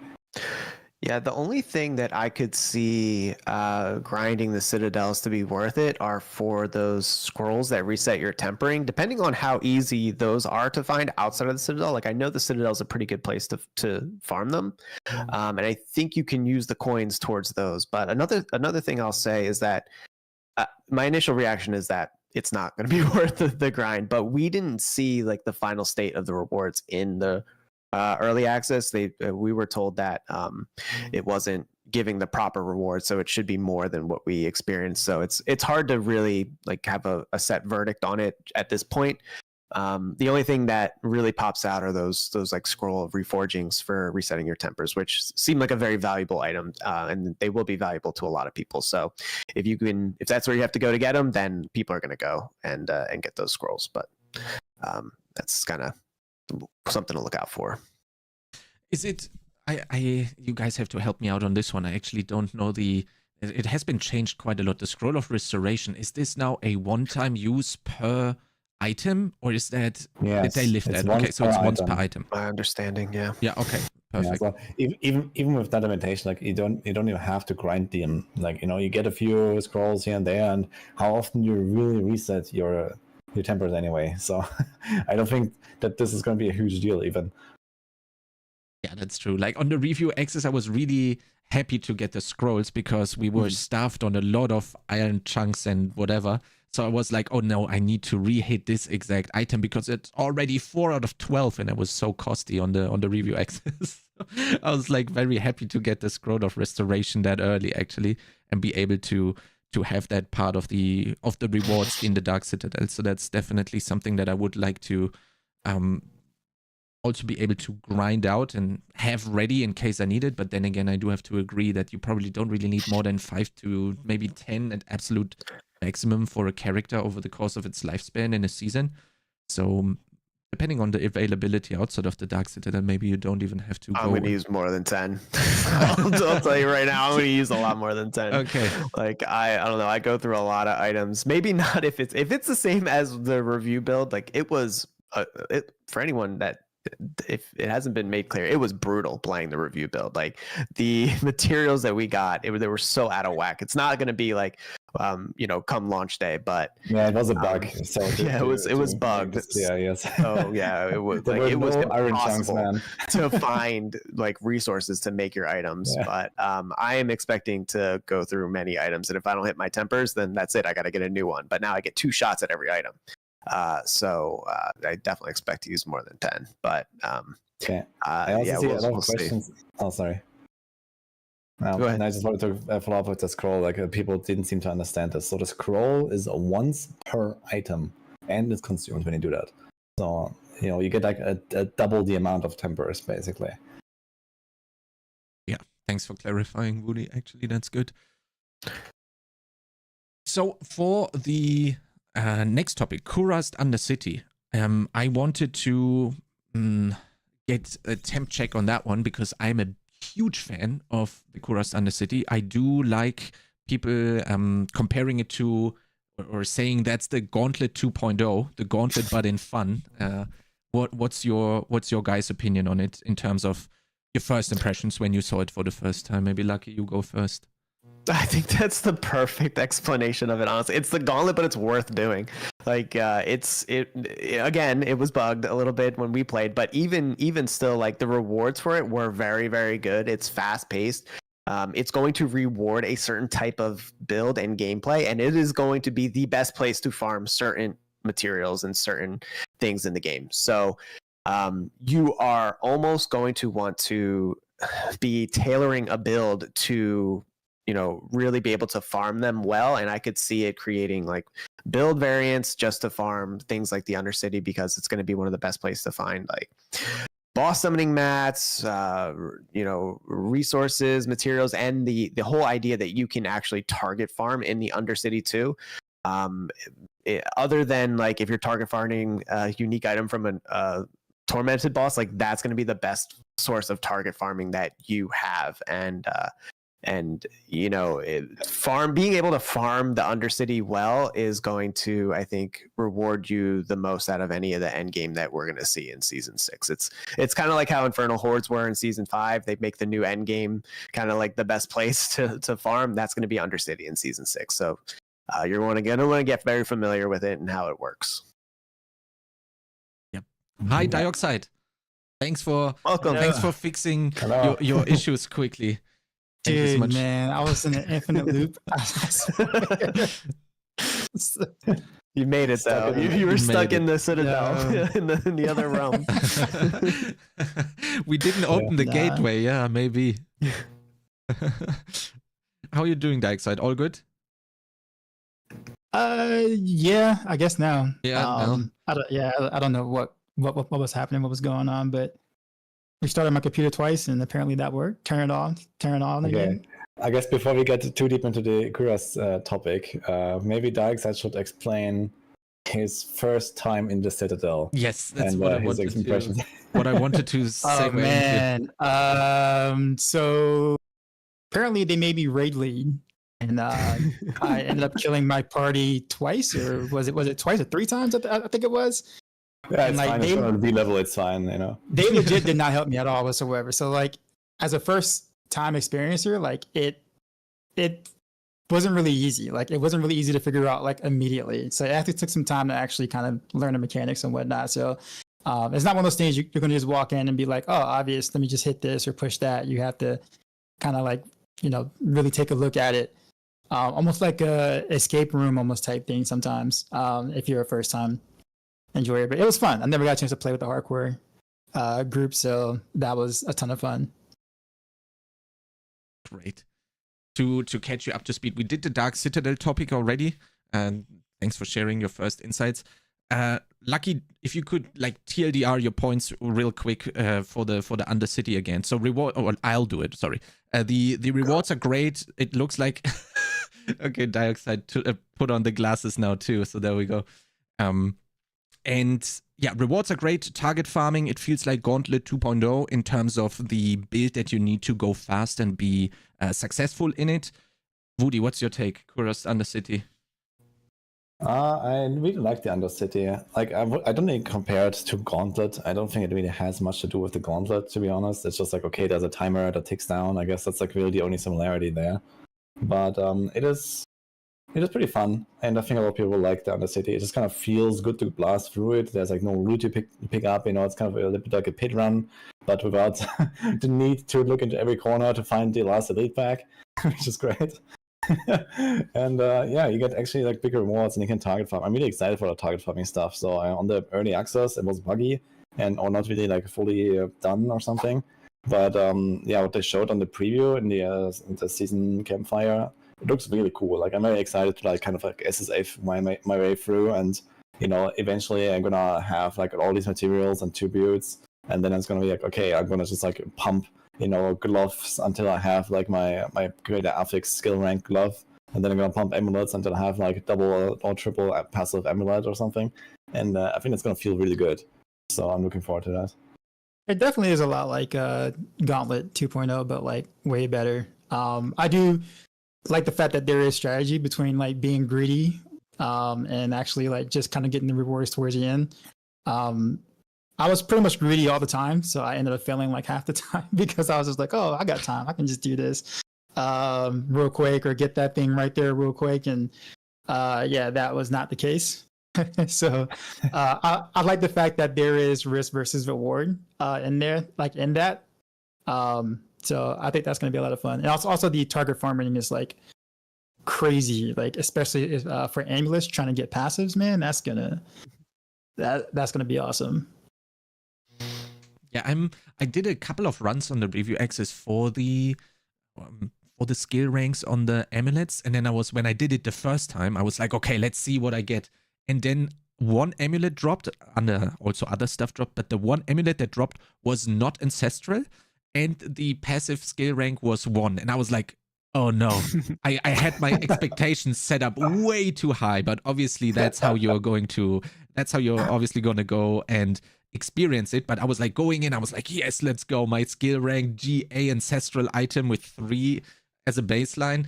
And yeah, and then I went in, I had 1 amulet, and then it had a rank 1 passive. But then again, it's a great addition to the game, and I do really like it that we do have multiple venues now of actually target farming. You could, I think, call the obol vendor a little bit of target farming too, right? You kind of get your obols, you get your desired item slot at the very least, but then obviously Cursed Undercity just takes it to a whole new level when you also put the bargains on top. I wanted to also get an idea of what you guys think of a mythic tribute. Is that something we could see in the future? We do have the unique tribute that is there. That is doesn't that already mention that there's like a chance for mythics or something like that? Exactly. It has a chance for mythics. But then again, how could a mythic tribute look like? What would you guys want from the Undercity if that was the case? If we had a mythic tribute? I mean, it can add a lot of things there. It doesn't have to be just a mythic. It can add all kinds of tributes that allow you to target farm certain things. And yeah, I mean, it could be like, it's like a super rare drop. Imagine this is like maybe a bit more common than like a natural mythic drop, let's say, right? And then you have to go and do the thing, and you get like a mythic at the end. I mean, why not? Or you get a spark or something. That could also be cool, to be honest. That's like a really rare drop that happens, like once every, 50 hours or every 100 hours or something. Especially with the risk to reward you have now, are you going to take the mythic tribute and are you going to try it?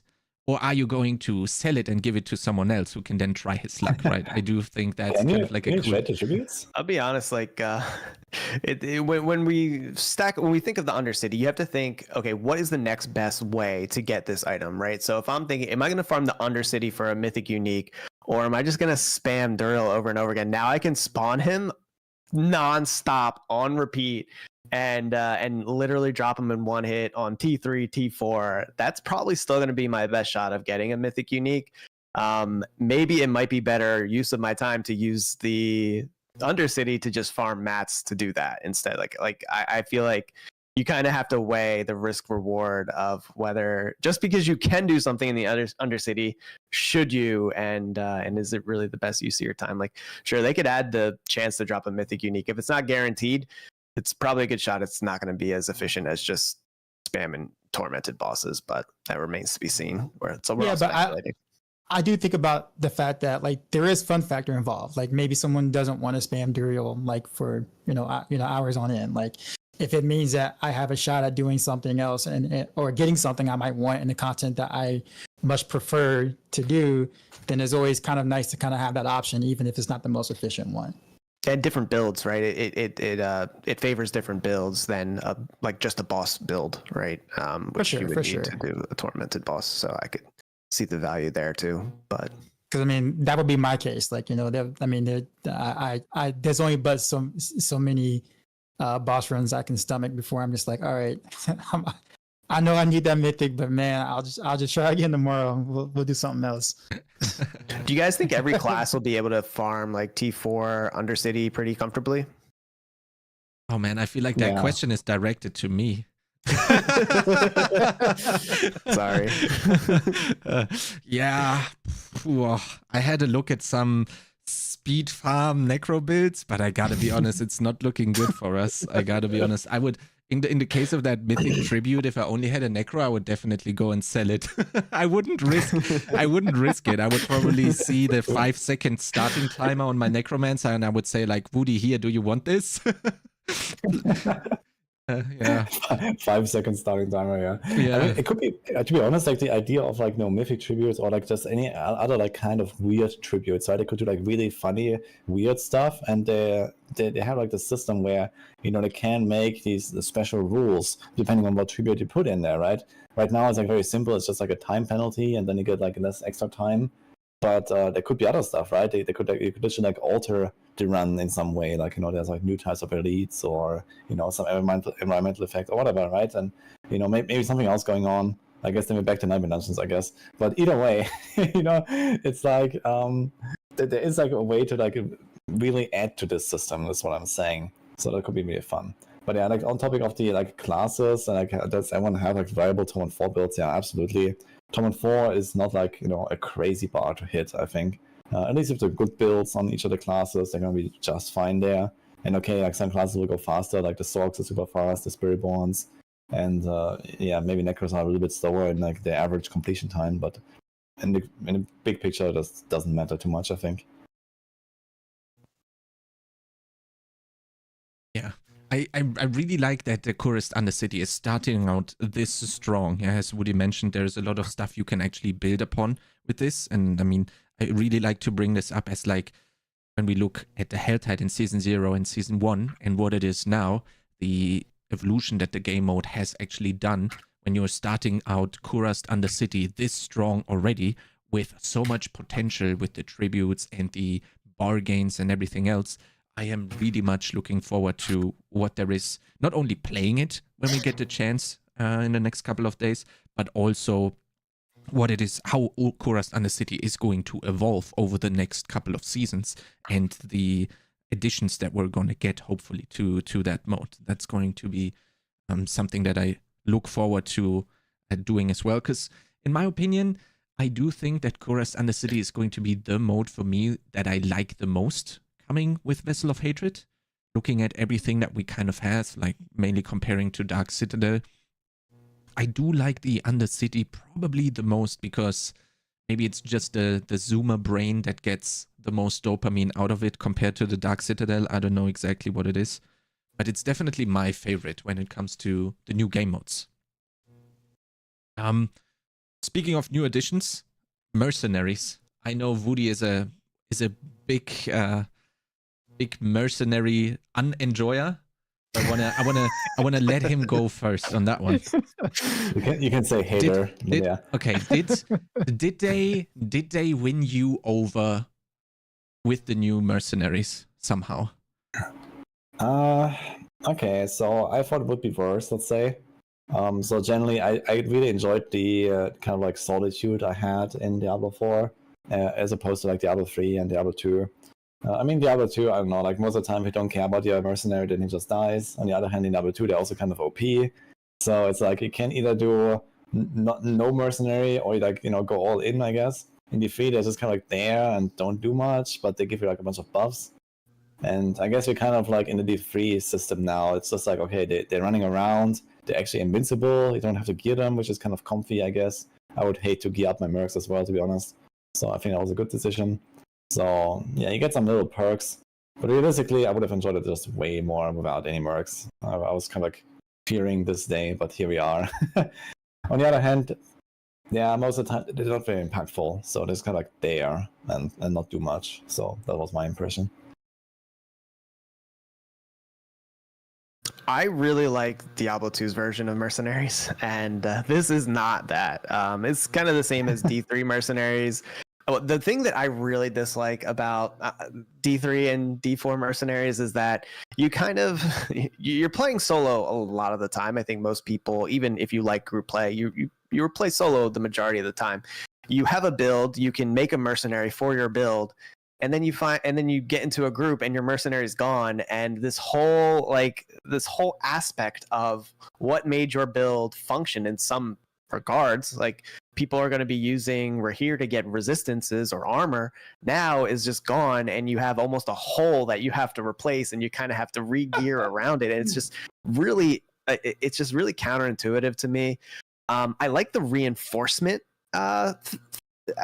tool, because that's kind of cool, because you can use it all the time, and it really does it plays into your build. So that is interesting, and I like that. The bartering system is kind of nice, at least in the review build. It was nice because it's like the only way to find items or like target farm and get materials. You just spam the bartering like salesman and get the things you need. But I think the implementation of mercenaries is pretty lackluster. Like, you don't get to put items on them. They just kind of buff you, which was my fear, that this is what the mercenaries would do. Their only purpose is to buff you. They don't really contribute much on their own, and it's just kind of another way to get stronger for yourself.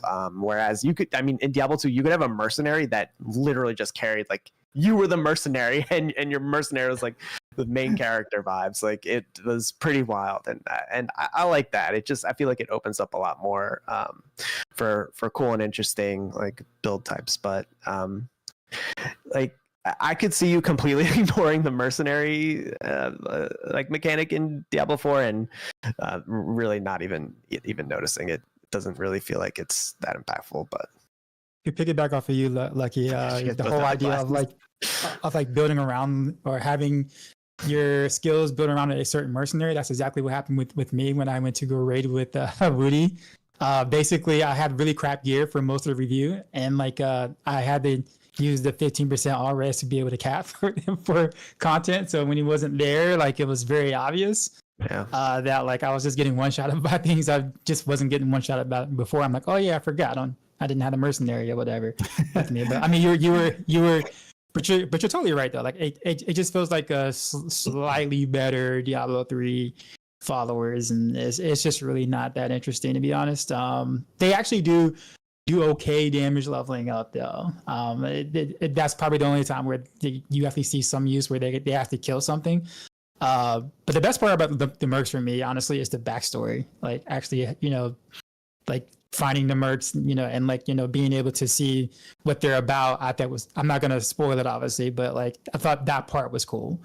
But past that point, it was just kind of meh. Like, seriously. I forgot to.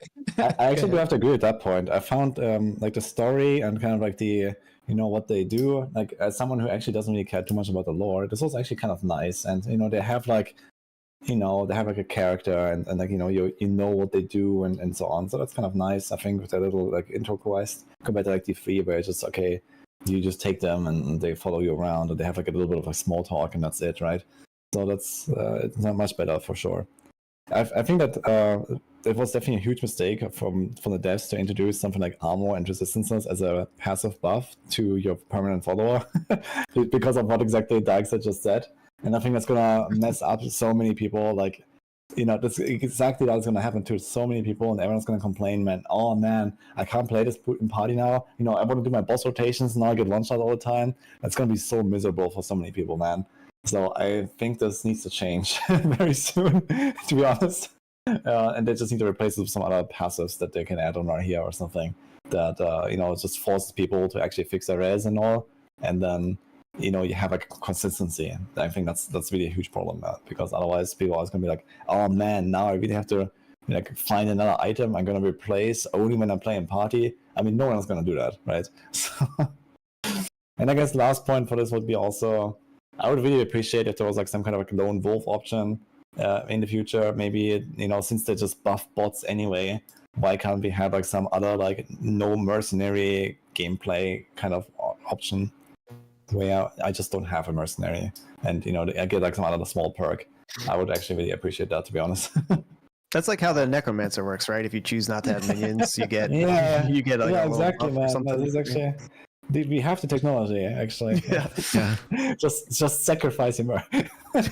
Sacrifice the merc. Yeah, and then depending on which one you sacrifice, you kind of get something a little bit. When you don't have to sacrifice them, but you actively decide to not play one of them, and you kind of like get at least maybe a smaller buff than you would get if you would play it.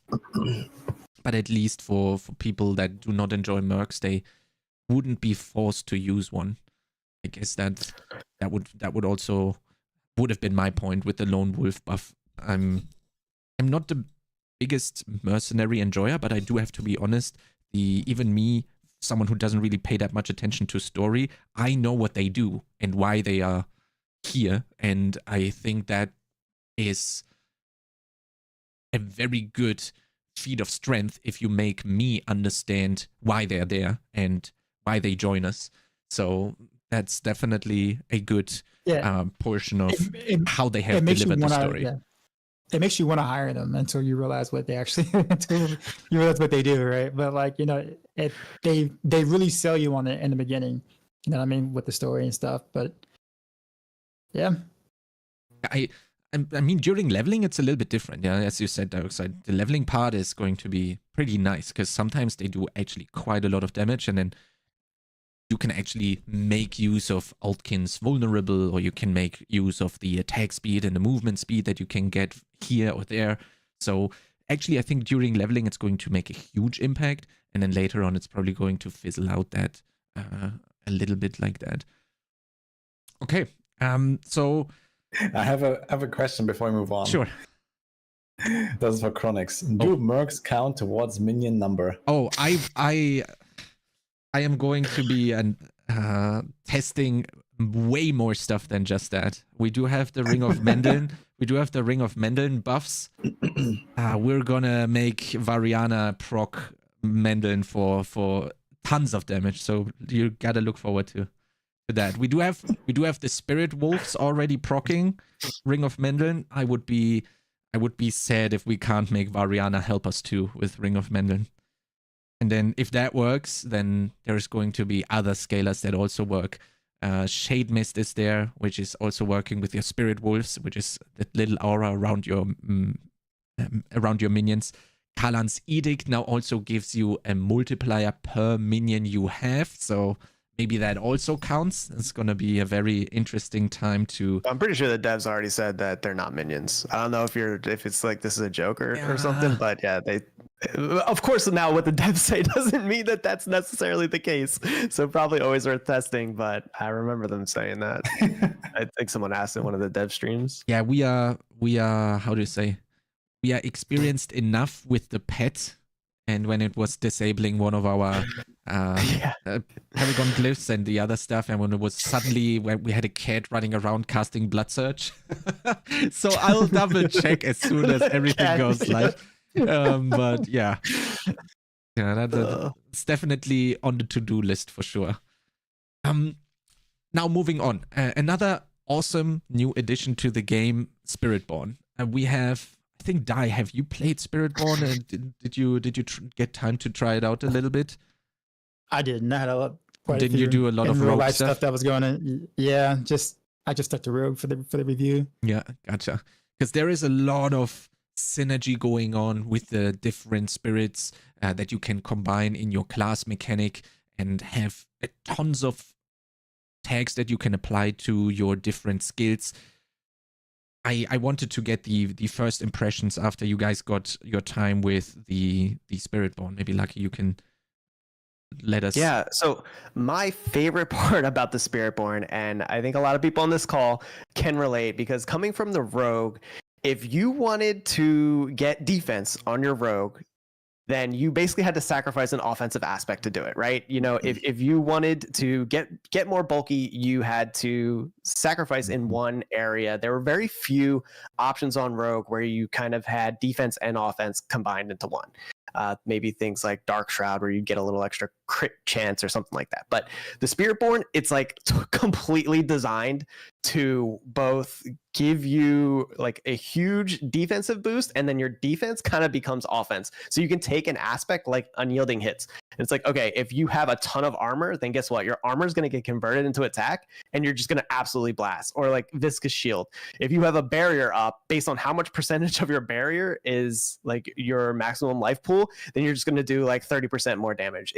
It's so easy to build. You don't have to worry about sacrificing too much of your strength in order to get all of that survivability. And it's so easy to just stay alive on Spiritborn. Like without getting into too deep of the mechanics, it rewards you for making your character like tanky and strong in a lot of cases, because everything just synergizes really well together, and so much thought has been put into that.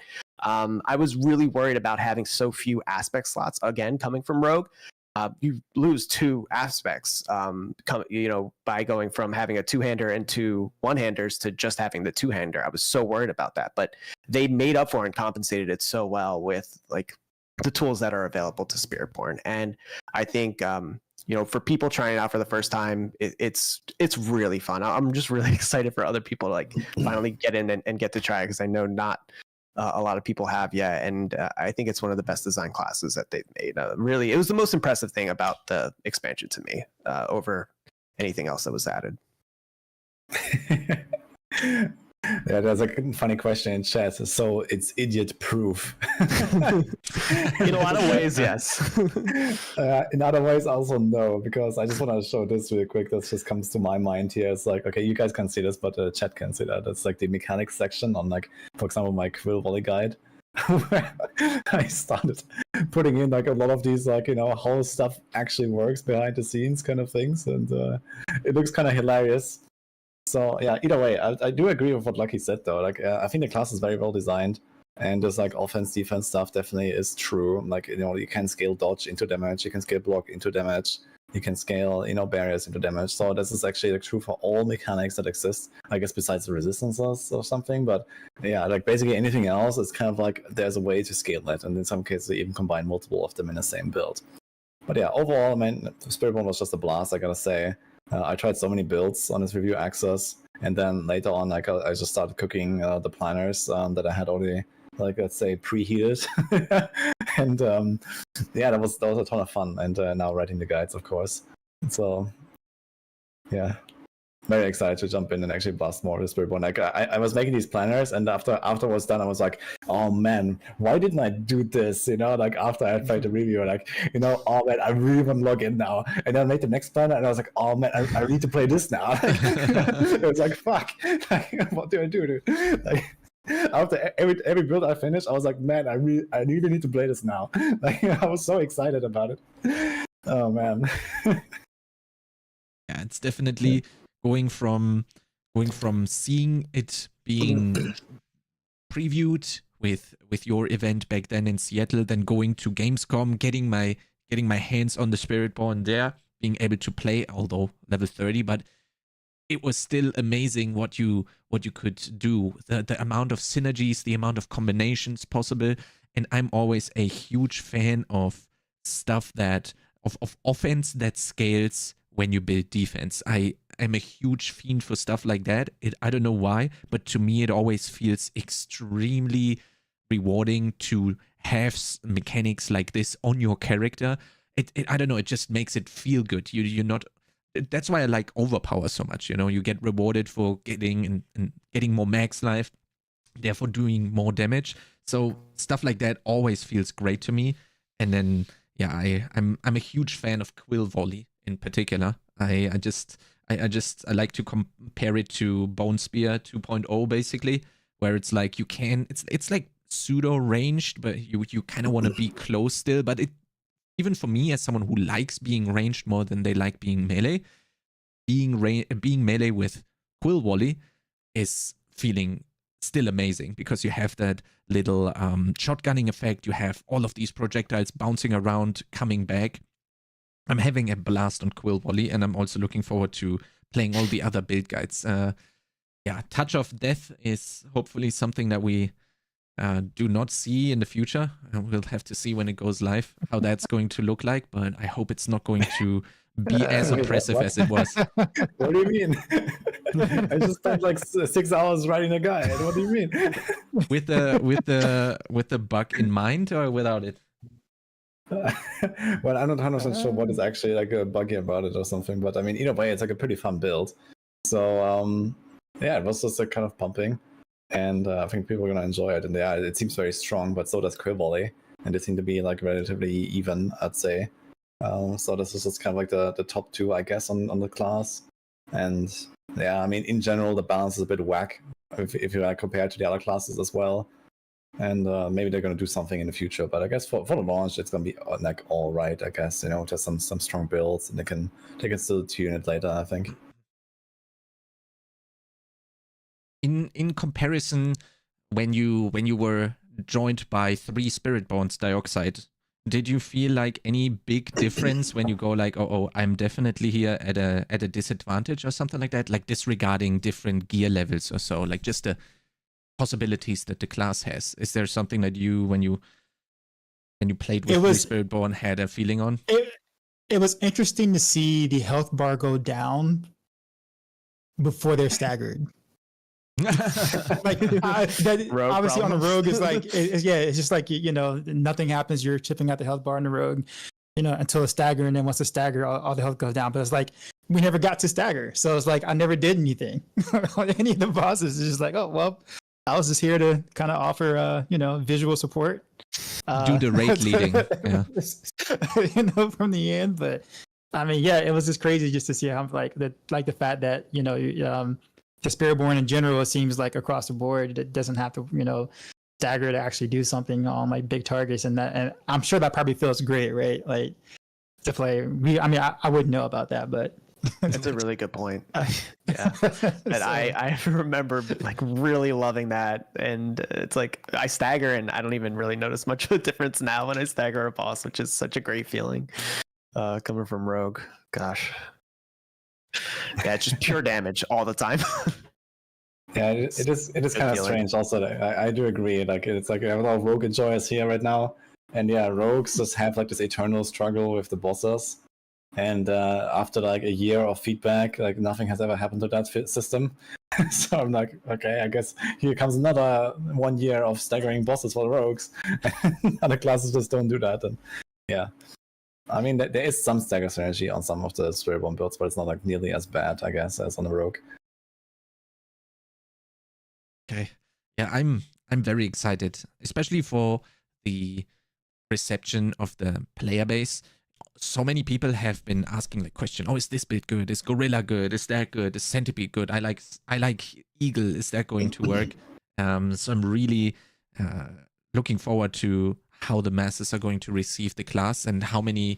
I mean, if you make a poll right now, who is going to start Spiritborn, it's probably going to be like 75% Spiritborn, and then the others are like the rest, right? And I'm really curious where Spiritborn is actually going to end up in like season 7, season 8 in terms of not only the power ranking, but also popularity. That is something that I'm really much looking forward to, and that probably just goes to show how important it is to add another class in 1 year down the line. So we have this new big hype moment again when everyone yearns for that new class. Yeah, I gotta say about this, I think there's something for everyone in this class. I mean, it's generally like a pretty fast and versatile class. You know, it reminds very much of the Diablo 3 Monk, or just, you know, rogue enjoyers will definitely enjoy the Spiritborn. But outside of that, I think it has like a lot of variety in the playstyles. So you can do some really wacky stuff. You can even like go for like lucky hit effects. Like in fact, like we are starting the MAXROLL Vessel of Hated branch now with, I think, 9 endgame Spiritborn builds, I think. And we didn't even do stuff like Andarios. That is certainly, you know, not a terrible build to make on Spiritborn. But yeah, like we didn't really have like the resources now, the time to do that. But certainly something I will be exploring when you know the season launches, and this might actually be like a season guide, season 7 guide or something, and then, you know, what else we discover, right? So we're already starting with like I don't know, 10 builds at least that exist on the class that are all like, you know, the Tom and 4 plus capable, I'd say.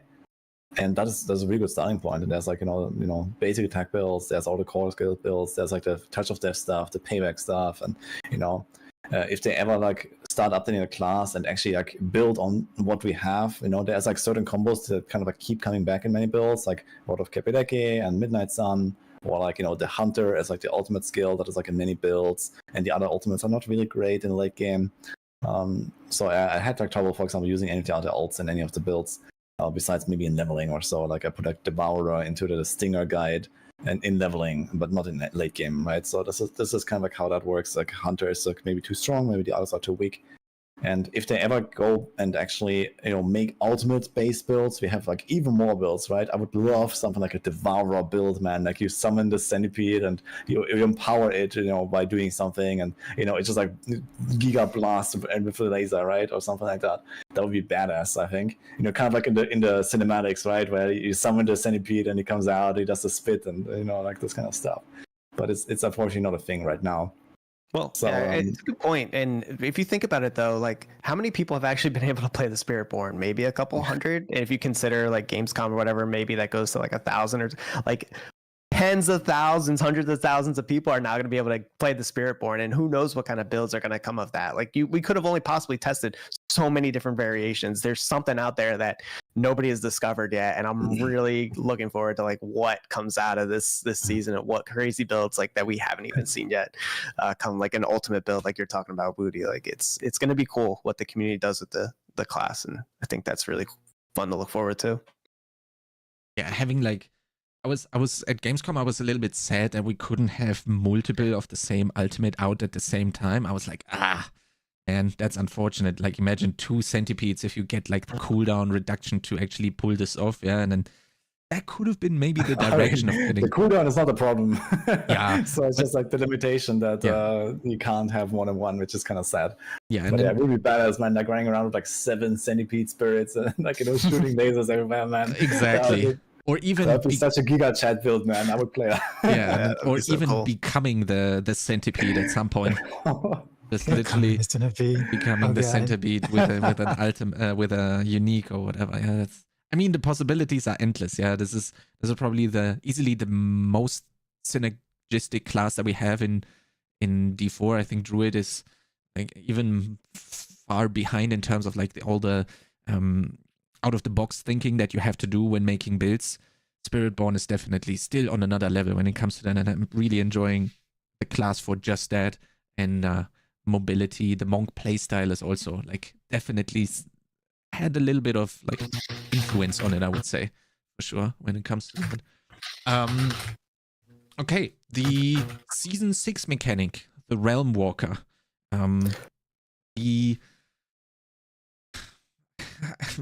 I don't know. There's probably a lot of complaints already from the videos that have been posted. I do have to be honest. The rewards look amazing to me. I'm a huge fan of the stacking seething opals, but I wanted to hear more about this. Maybe Derek said you can start off with this one.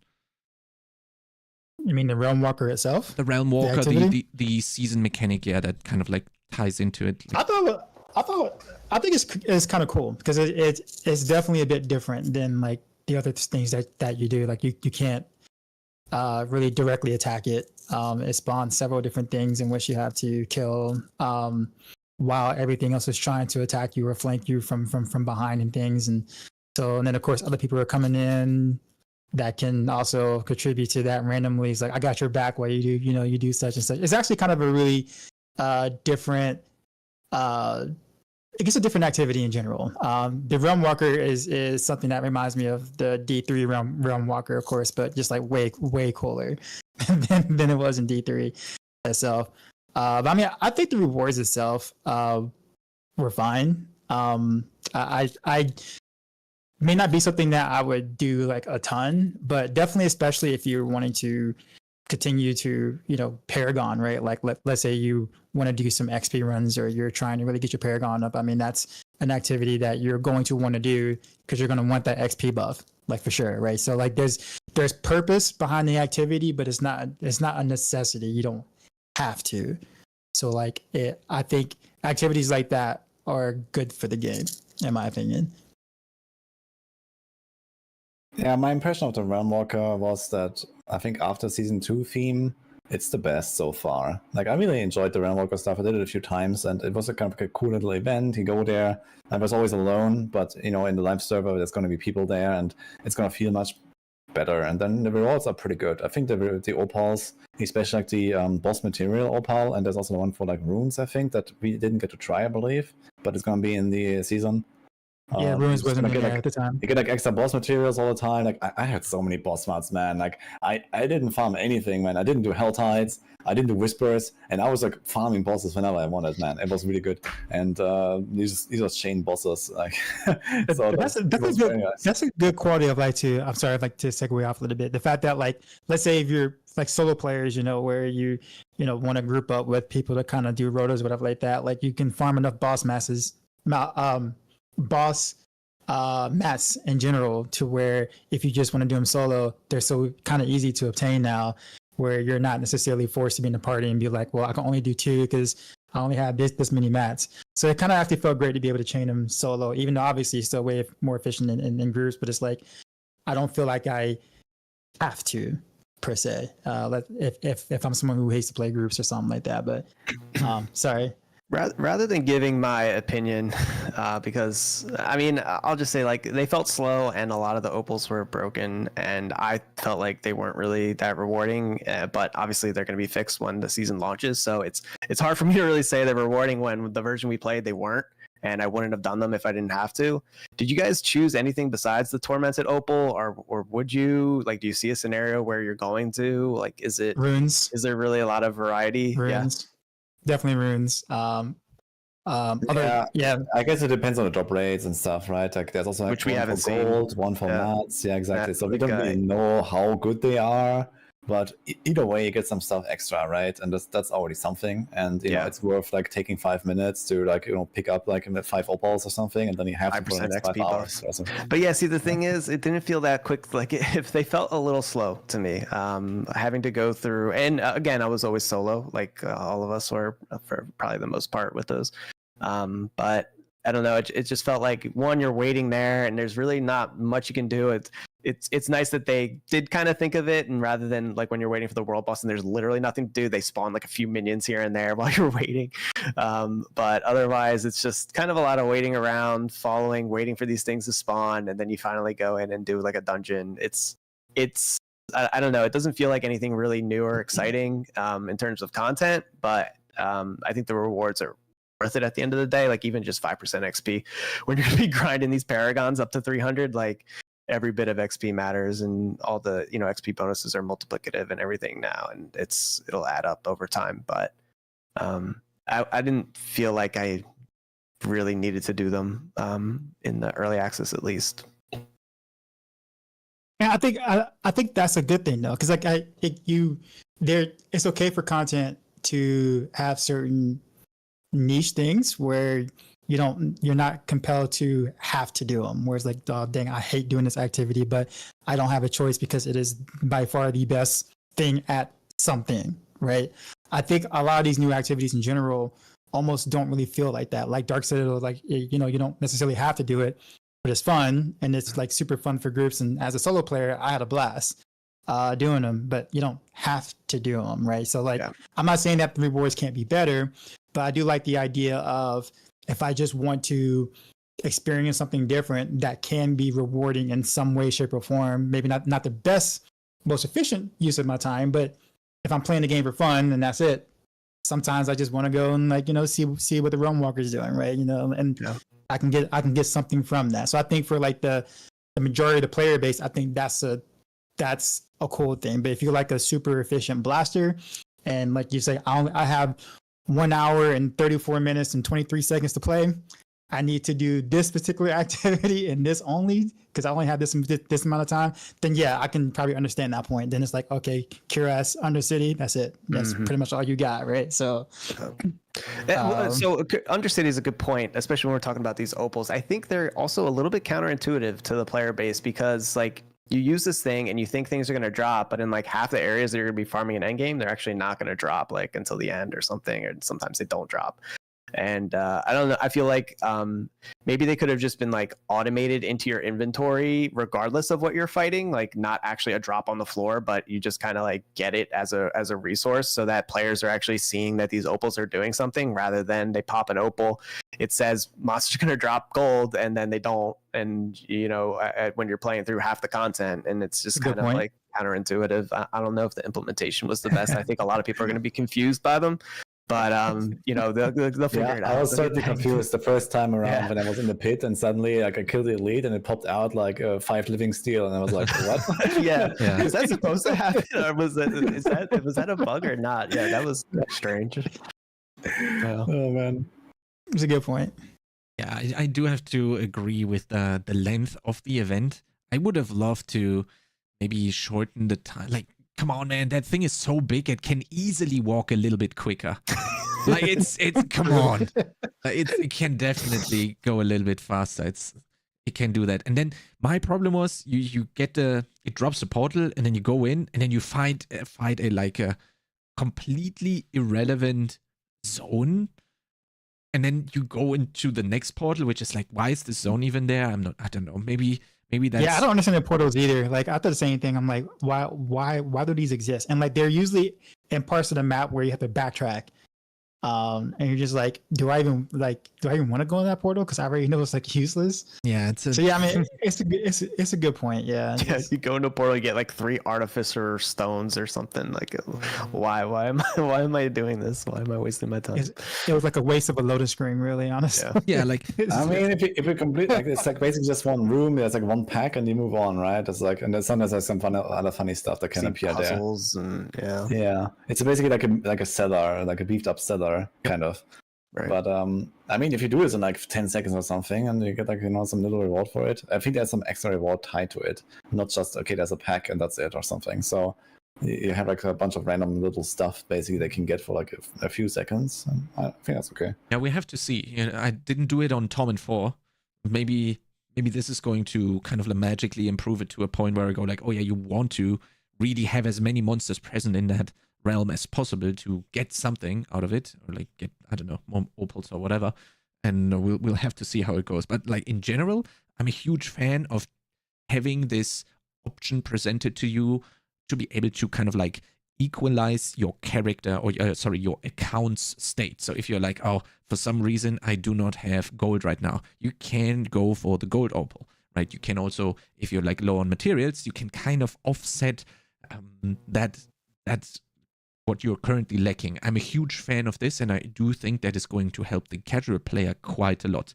And then what I also really like is that you are probably going to have quite a lot of those for your second character, which is going to help bring up these alts in level, because they stack with your potions, they stack with your incenses, and they also stack with the new experience well.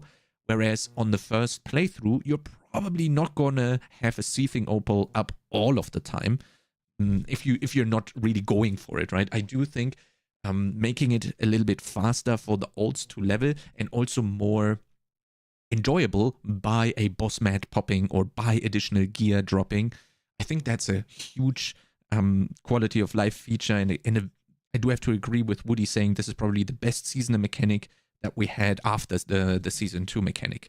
I'm a huge fan of this. Really excited to try that out. The only thing that I don't like about this is that you need the seething opal active to get reputation with the Zaka room. I didn't understand why that is the case. We didn't have that in the past, and I think that's also going to catch some people off guard, especially if you don't really pay close attention to your buff bar all the time. You're gonna run the whole day, and you're gonna go and at the end of the day go to the reputation board. You're gonna click it and you're like, wait, I didn't do any progress. What happened? I think that's probably not the most ideal thing when it comes to the opals. So I wish we would have had kind of like a permanent reputation gain, maybe a little bit less in terms of balancing it out. Really not sure why they did it this way. Another topic is the rune words. We've been blasting through the topics much more quickly than I would have expected.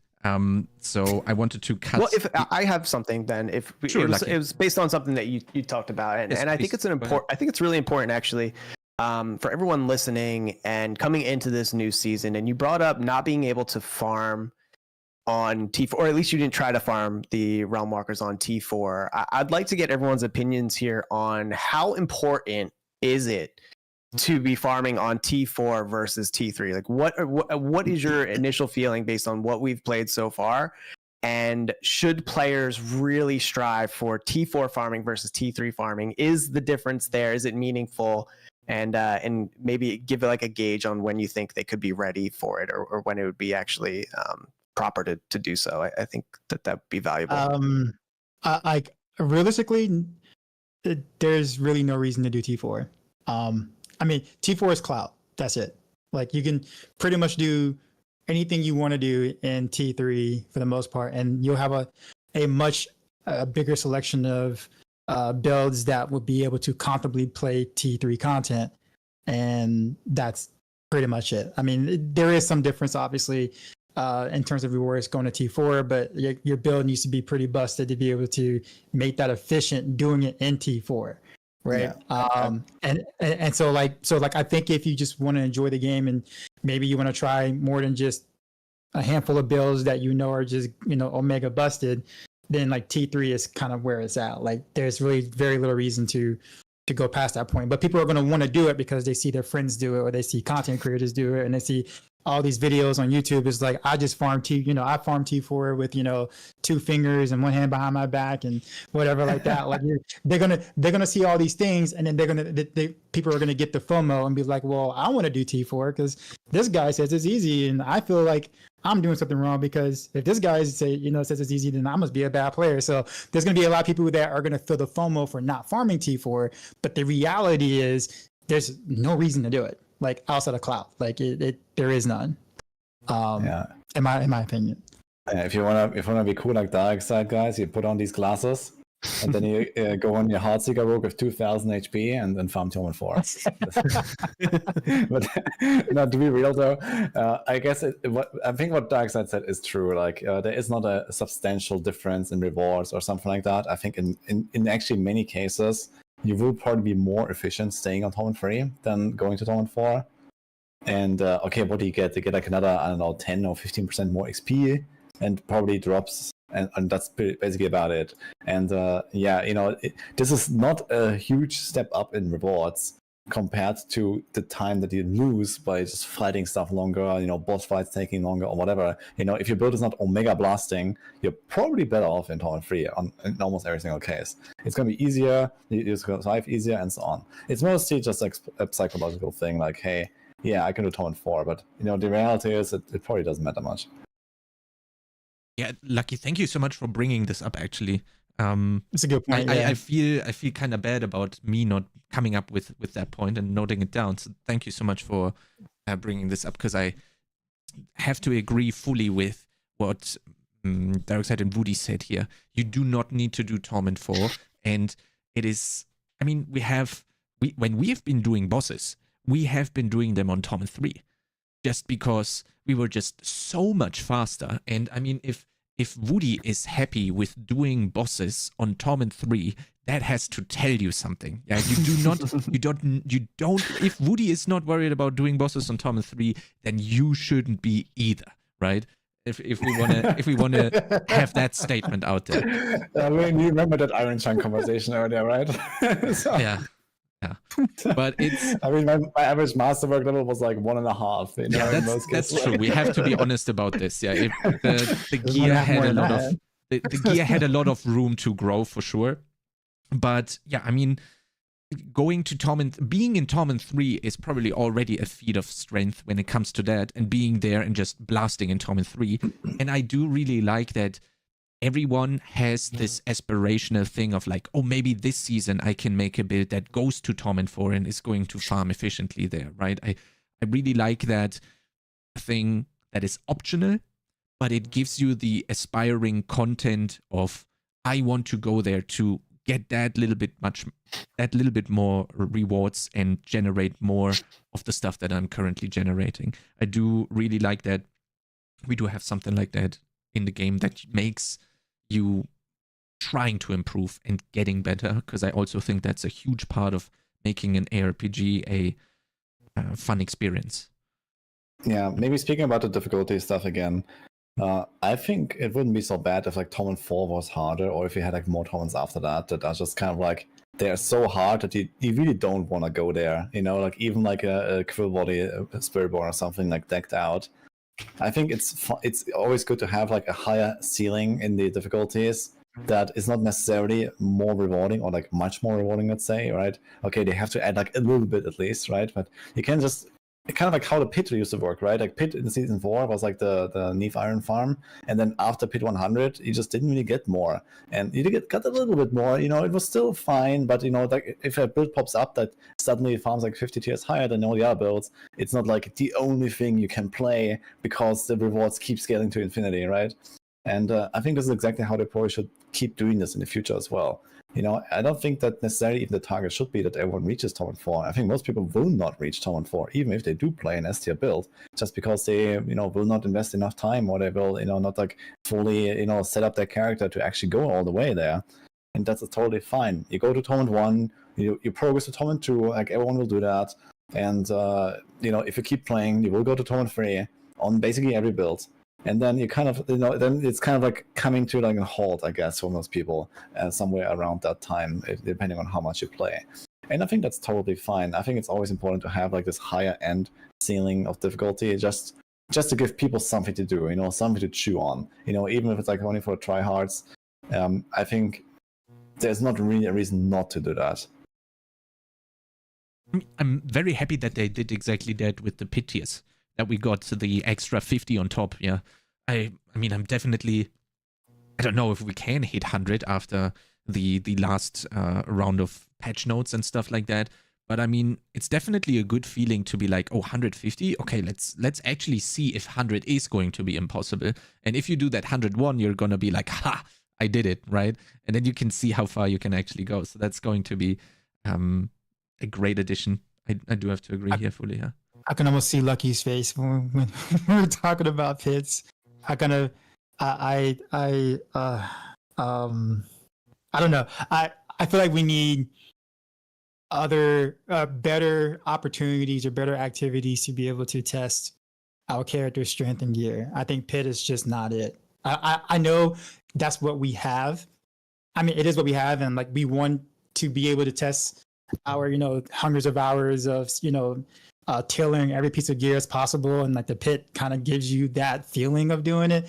But the pit is just such an awful like metric at the moment, just because of how imbalanced the bosses are. It's just, man, like I would love to see at least something like what Woody said earlier, like about a month and some change ago. Like, I mean, I almost think Infernal Horrors would be a better way of being able to do something like that, where you can, you know, you can kind of keep scaling until you kind of just run out of time, or, you know, you have the overwhelm mechanic from D3 or something like that. I think that would be cooler, because you can't really fish for that. Like you're forced to play until the time runs out. Like you can't just go, oh, I'm gonna try to get the best scenario possible and say, hey, look how good I am. You know, like that sucks. I know I'm being negative here, but like I when I found out that they were scaling, or they were just opening up to like 150 for, you know, for PIS, where obviously it's impossible to reach there.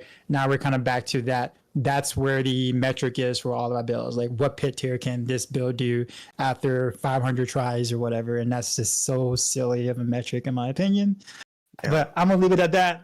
I think another issue with that is their decision to lock glyph leveling and progression behind the pits, and I don't agree with the decision that they made, because it doesn't make sense to me in terms of the progression of your character. Because if you are going through and you're leveling up your glyphs and you've already gotten your glyphs to like max level, that means you've already accomplished like level tier 90 of the pits, and now you're left to start masterworking and, you know, finishing off your gear, tempering everything. Obviously you would have needed to have some tempers and some masterworks to get there, but you're going to be maxing out your glyphs before you're done your item chase. Like, that is the ultimate chase in Diablo 4 and will be in the newest season.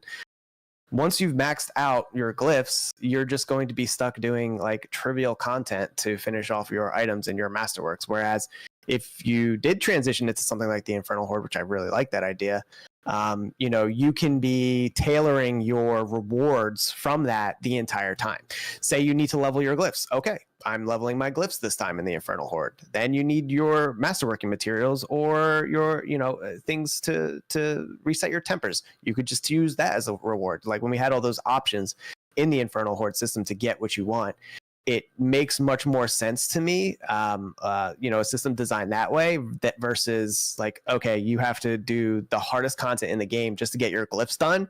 And then everything else that you do at this point is just going to be absolutely trivial and like you're just going to blow it all over. It doesn't make sense progression wise to me, the decision that they made. So it seems disconnected. Yeah, this is like the D2 player talking there, I think, and because I'm a D2 player. Actually, yes. Like to me, actually, I kind of like this glyph change. To be honest, I think it's kind of more of the thing that people expect to eventually, quote unquote, finish their character and have the chance to get everything perfect and so on. Like we have primals in Diablo 3, and people these days we have great affixes in Diablo 4, and people love their shinies, right? And similar, you have always the expectation, okay, you make a build, you level your glyphs to 21, then you're done with that. But I think the expectation should no longer be that you are finishing your glyphs. I think very, very few people will actually ever reach their glyphs to level 100.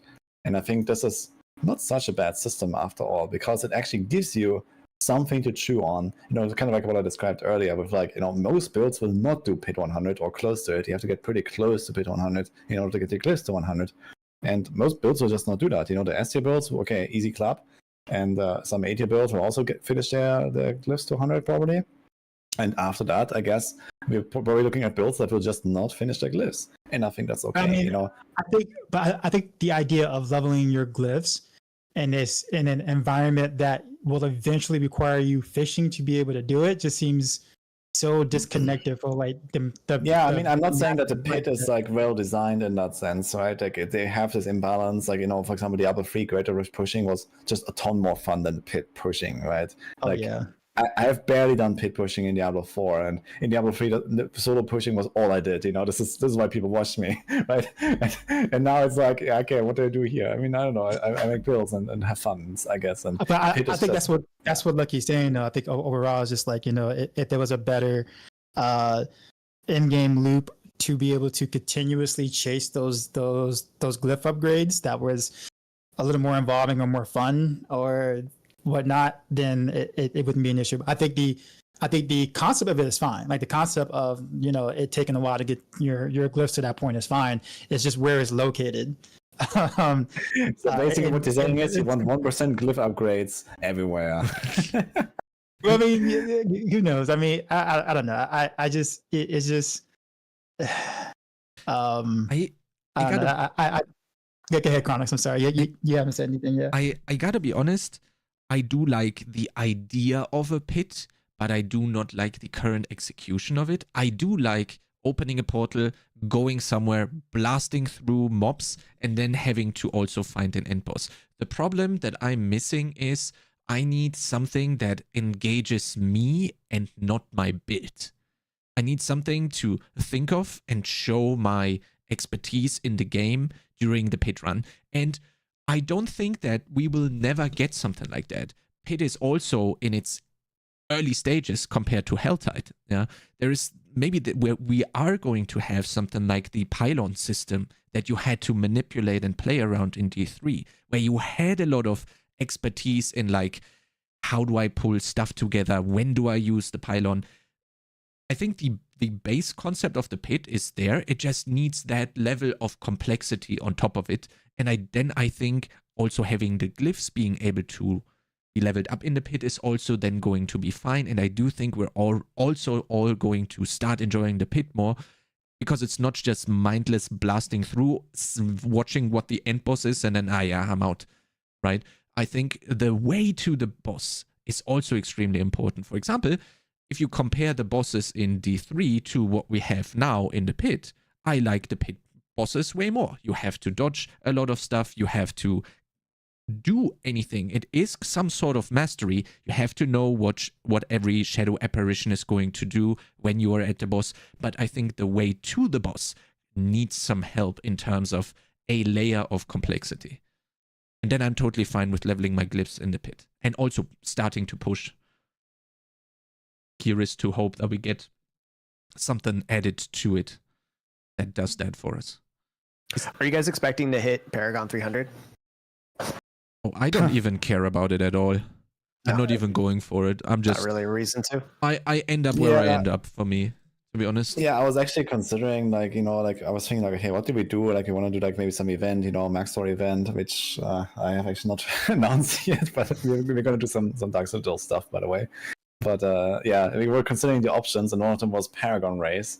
And then I was like, okay, number one, who would want to race for Paragon 300? Miserable. Certainly not me. I was like, okay, who else? Yeah, like it's like, wow. And then also, who would like to watch that? You know, it's like, okay, yeah, sure. At some point, like, you know, in 3 weeks or something, we're gonna see like some little news article pop up on some obscure gaming site that will say first Paragon 300 reached, you know, by Rob2628. Yeah,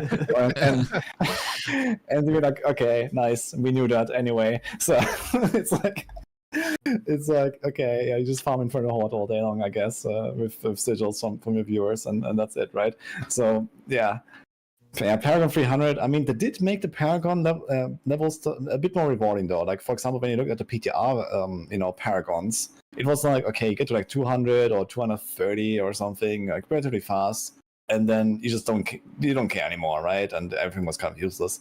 And now they actually said, they actually made it so that, you know, all the way to 300, you actually do get some stuff. It feels like, okay, you are making progress very slow, but it will feel pretty good to eventually like unlock this extra rare cluster, you know, at like Paragon 280, and then the next one at 285 or something like that. And it's gonna be kind of nice to like eventually just get like this. Oh, nice, I got a little thing there. Oh, nice, I got a little thing there. It's just gonna be like, you know, 2 weeks in between for most people for these little things to happen. Yeah, I mean, outside of like maybe very few setups, I mean, it's basically just watching the number go up. It makes people feel good that when they logged in, they were Paragon 253. They didn't find anything for like the 4 or 5 hours they were playing, and now they're 258. And it's like, I made progress today, and that feels good.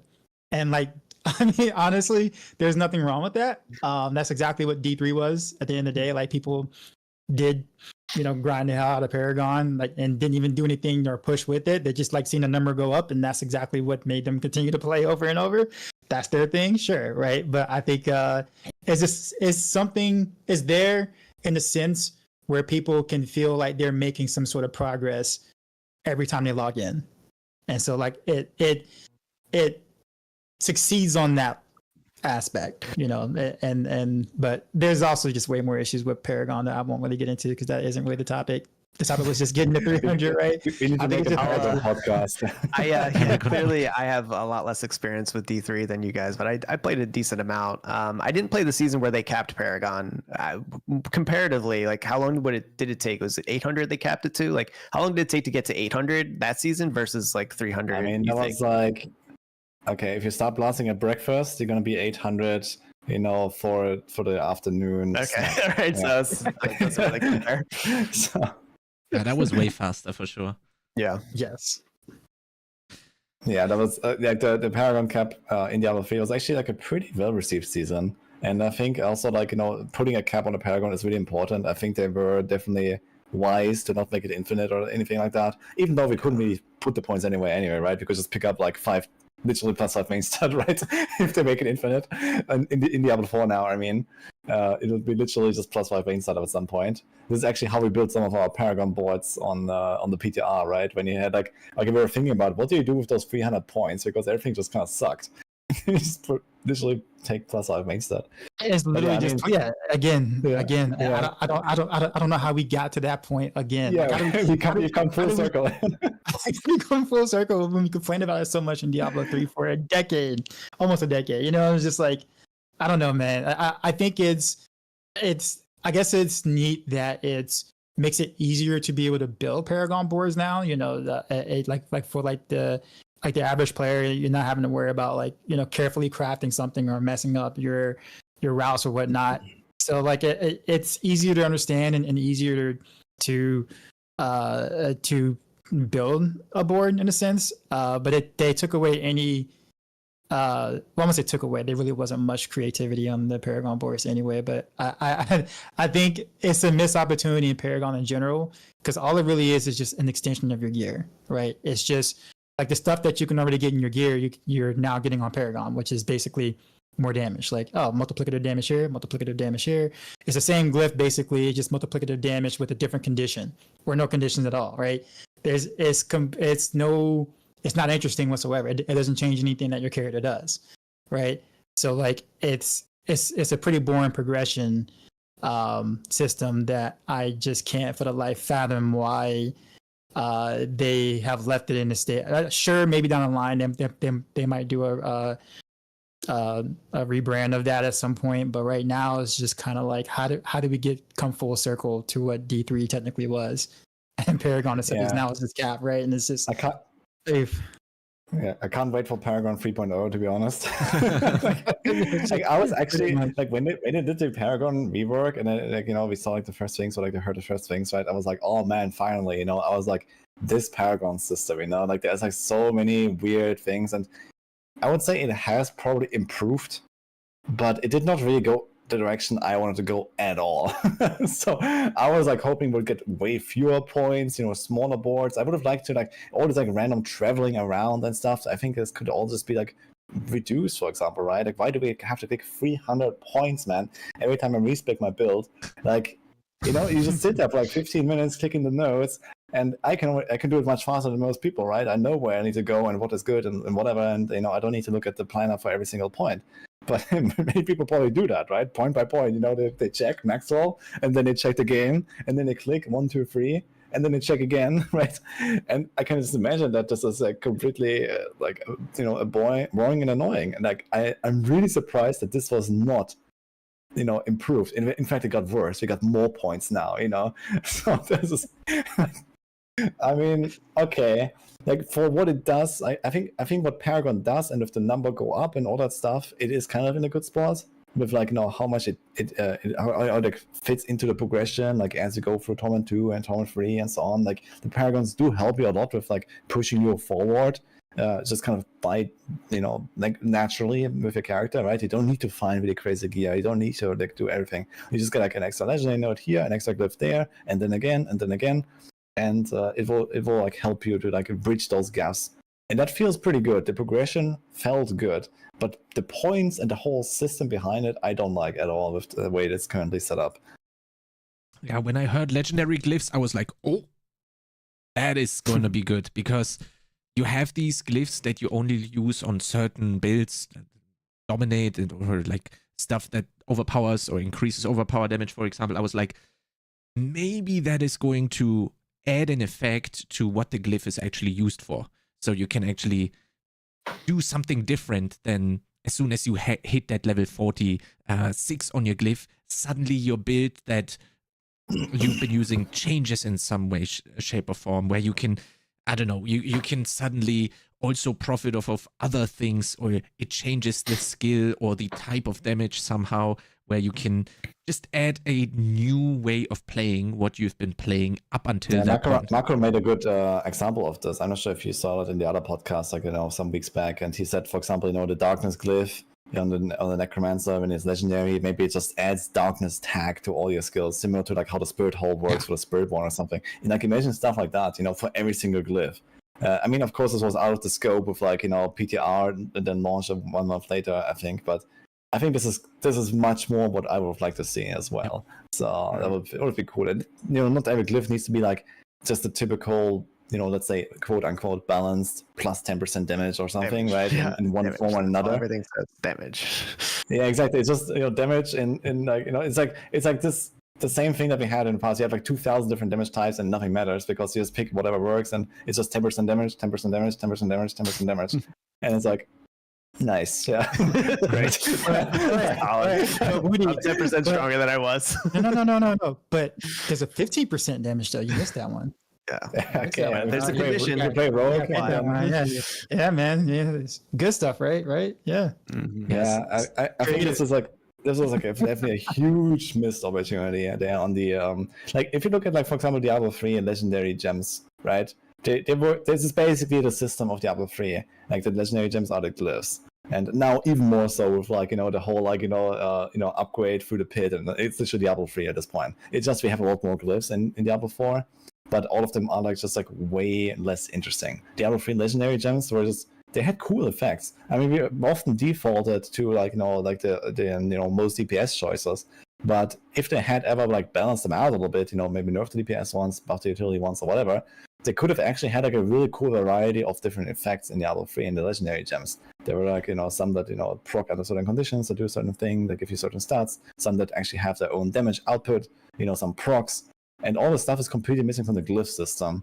And it's like so bland. It's just like damage in one form or the other, or maybe some damage reduction in some cases, right? Yeah, and maybe the problem is that there is damage, because there are actually some conditional, like if you think like exploit or something that applies vulnerable instead of giving you damage like that. But the that's fact cool that one, you're like, that's a cool one. Yeah. Are you going to pass up damage to get it though? And a lot of times you're just going to take the damage, and so it reduces our choices, because by giving us the opportunity to just get more damage 9 times out of 10, everyone's just going to do that. And there aren't enough of the options like an exploit glyph where you can change your gameplay in a meaningful way.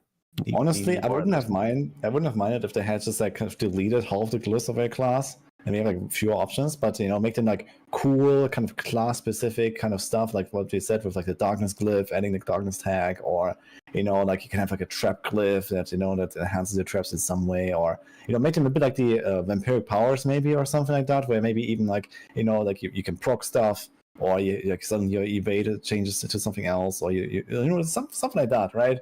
I would have liked to see that kind of like vampiric power system more than just the glyphs that we have now, and then maybe still give us a way to like ramp up the power of like leveling them and stuff like that. I just kind of enhance the craziness of the things instead of just number go up, right?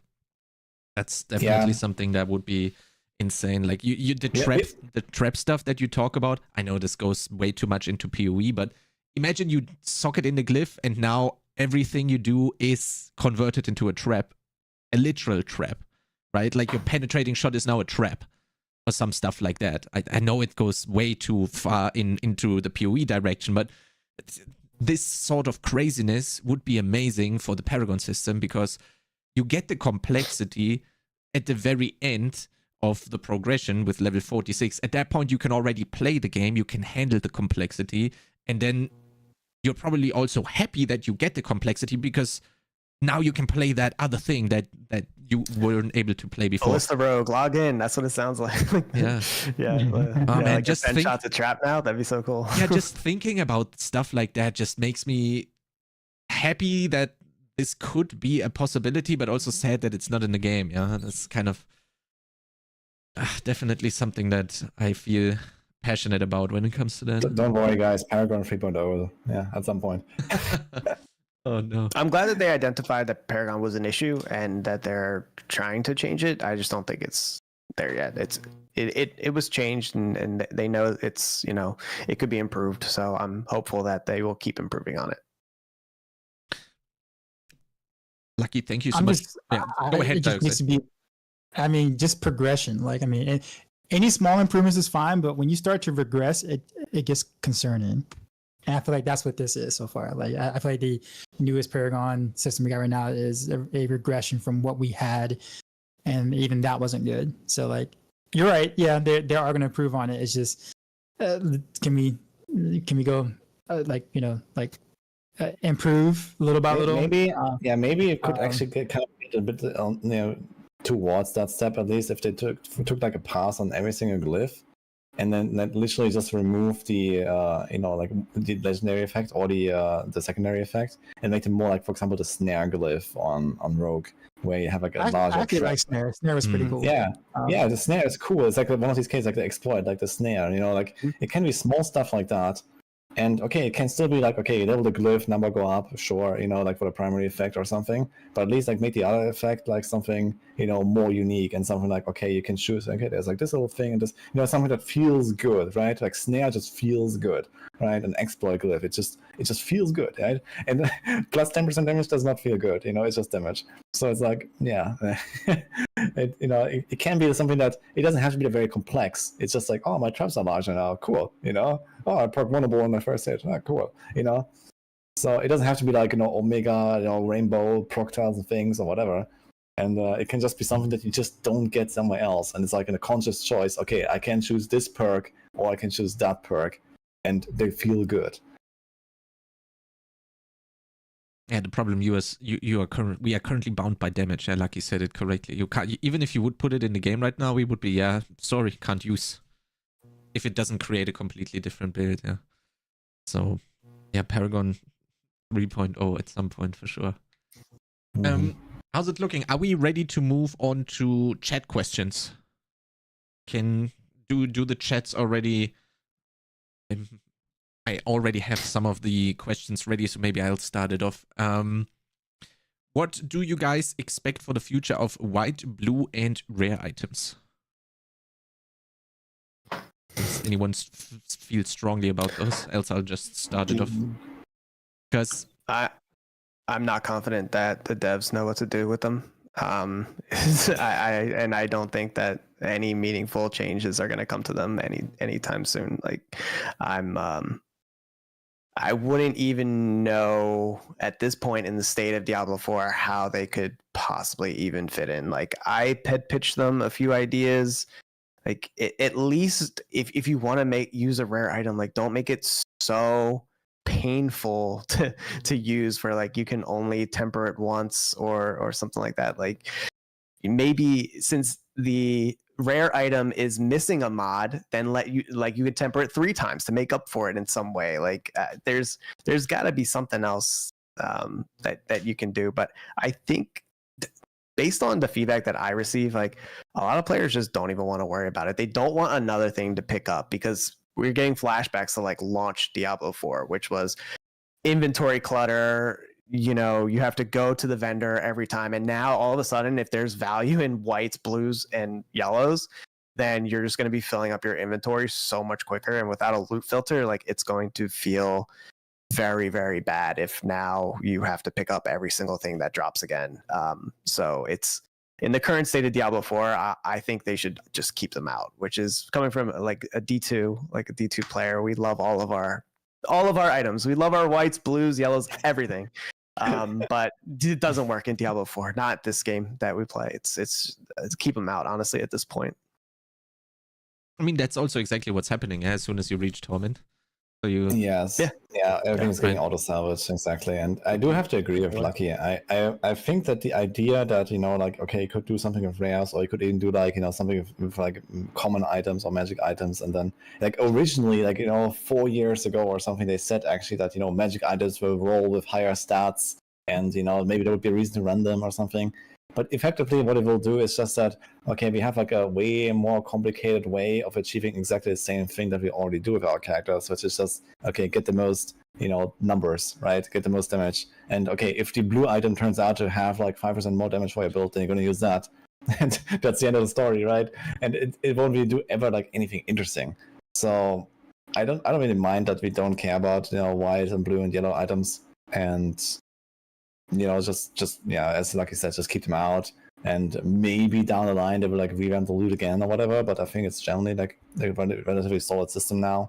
It's just that, I would also rather just not pick up a bunch of stuff and look at more stuff in my inventory. And it's like, we already have like all these legendary items. You can't get rid of the legendary items. You can't leave them on the ground. They come to your stash and they're gonna haunt you. And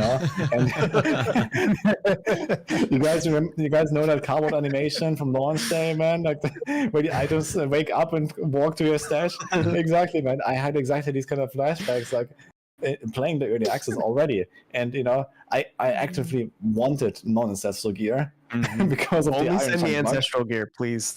Yes, only send me ancestrals. Yeah, but it's like, man.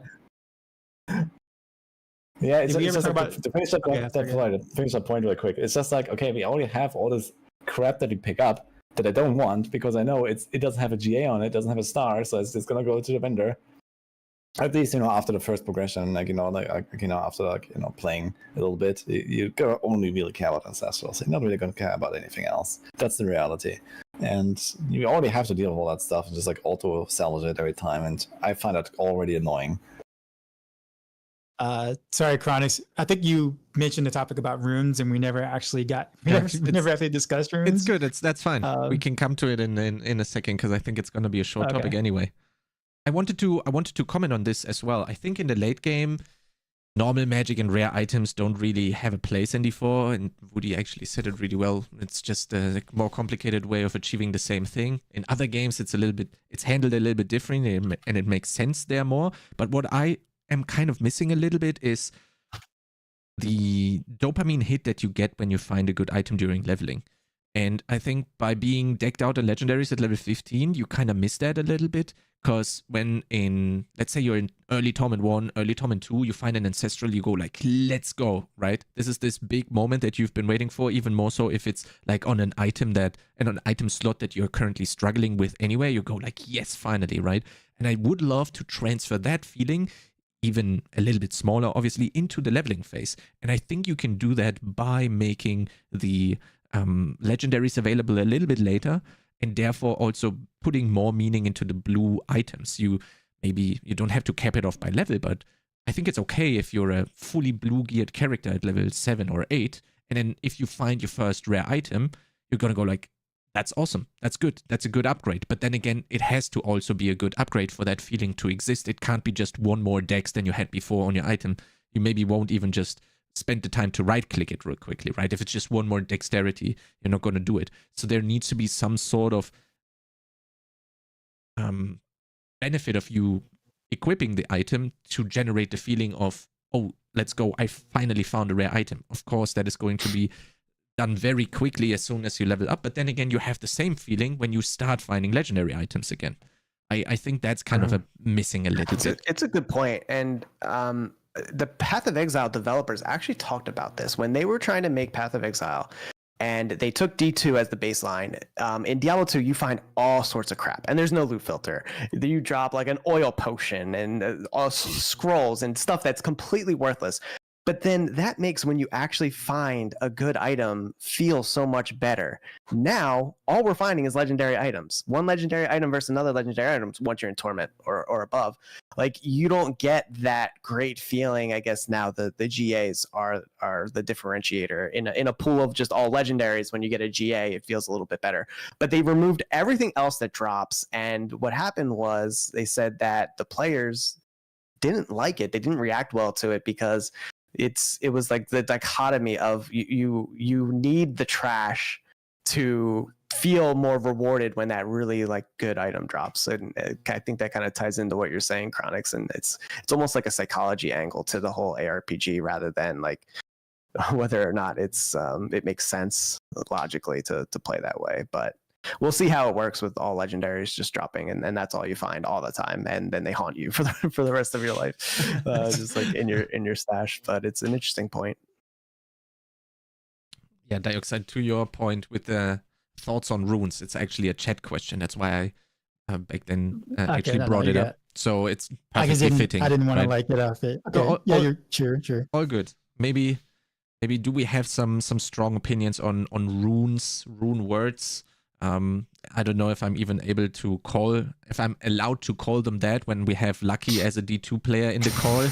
I don't know if that's even allowed to say, but at least we got some crafting now, right? I think it was a great way. It's a great marketing tool to get you to buy the expansion. Yeah, for D2 players. I'm gonna play be honest with you. Yeah, and so that was one of those ways where it's like, until you know exactly what's really happening with these runes, the fact that you heard the word rune words, you're super excited now, and you're probably more likely to buy the expansion. And they knew that. I can't believe they So, didn't change them from like the alpha images of the rune words, basically. Like, and I know you guys gave feedback. I did too on like that system, and they basically just held it back until the expansion and gave it to us then. Like, it already existed. They showed us the exact runes and rune words that they put into the game, but they held it back because they wanted to flesh it out. And then they just put it into the expansion, said, okay, your rune words are here, and they didn't get fleshed out. And it's literally the same exact thing. So if you're talking about marketing tool, like that's what it feels like, right? Otherwise, like they didn't put any effort into changing them or making them more meaningful. They held them back artificially so that they could give them to us later when they told us, we were going to get them. I think that's a bit unfair to say, because if you look at like the early version of like runes that they have previewed at like Gamescom, BlizzCon, like I don't know, when was that, 2019 or something, right? Like when they first talked about the game, I think this is when they showed the runes. Is that what you're referring to?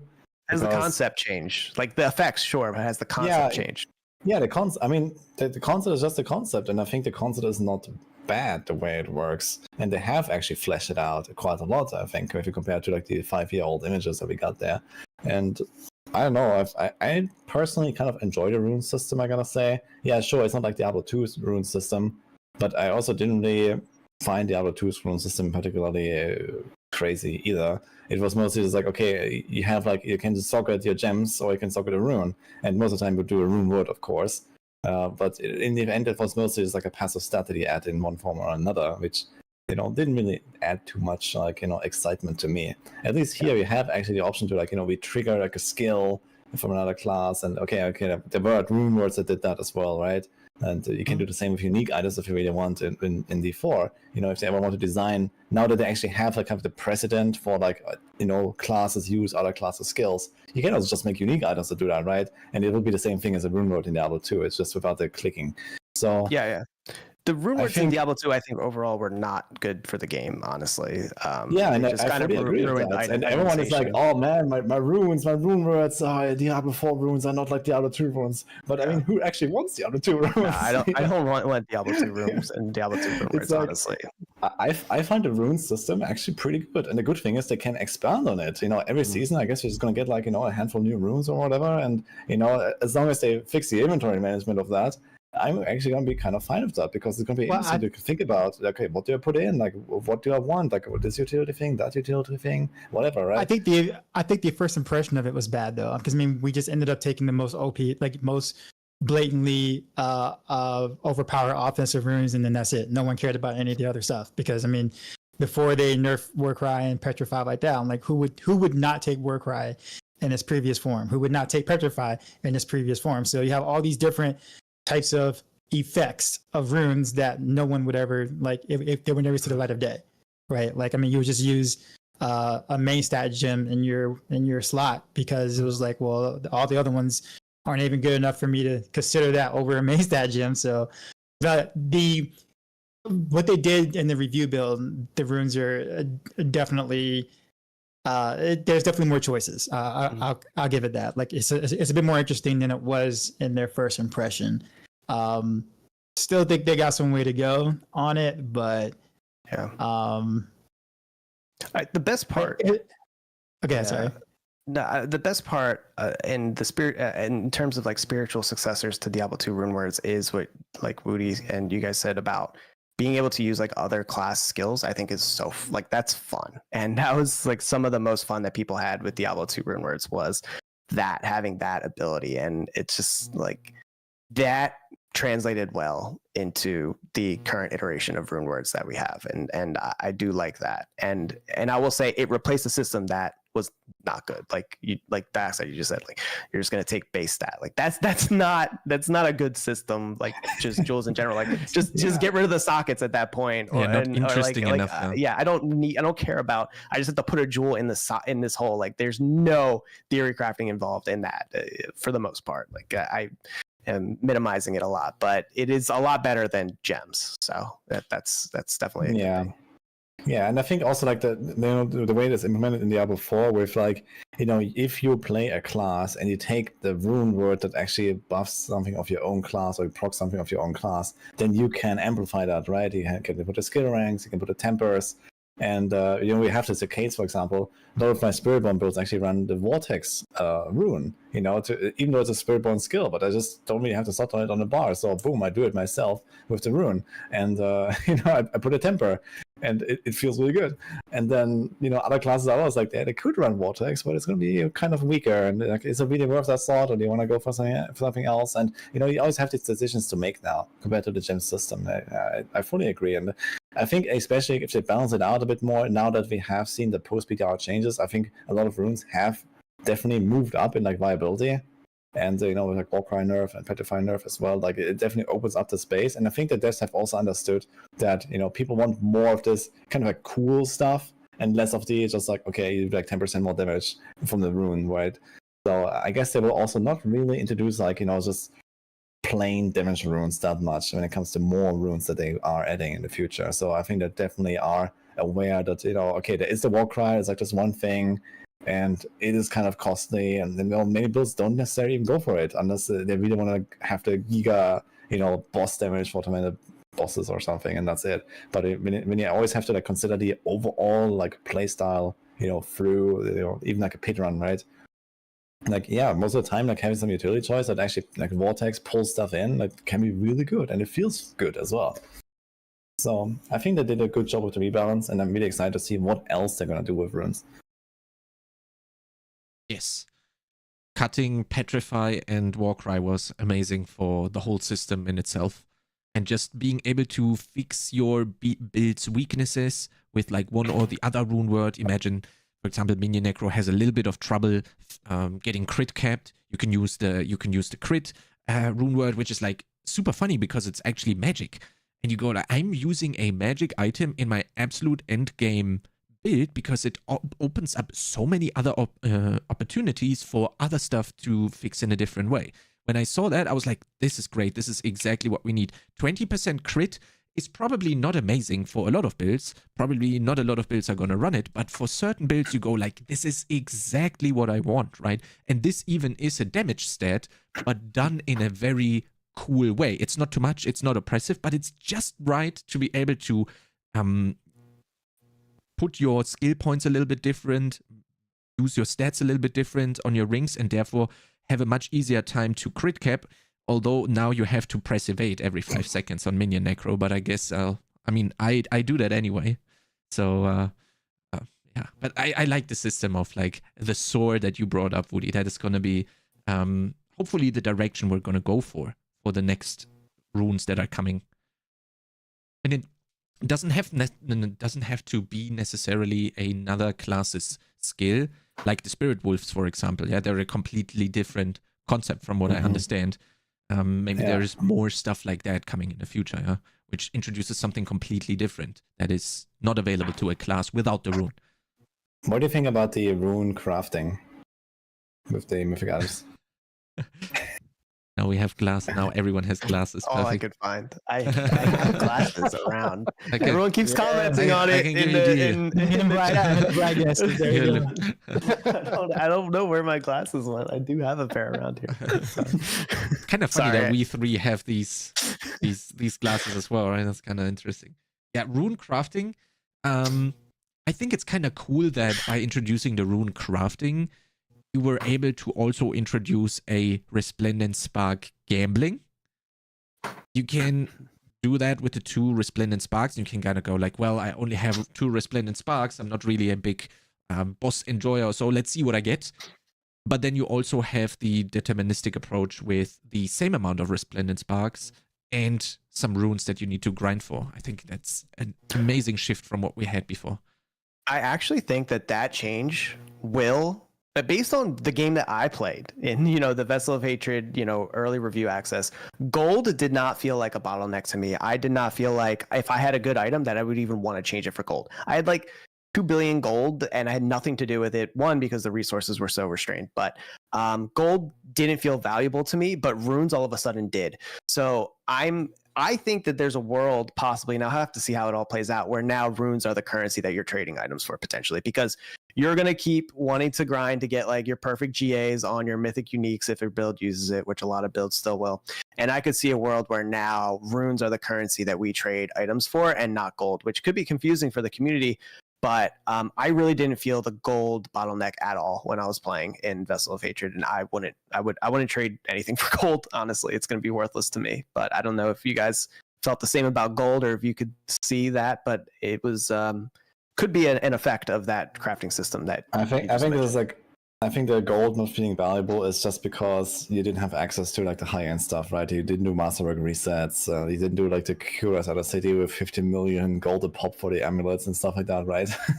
So I guess realistically, gold will still be relevant. There will be gold sinks and so on.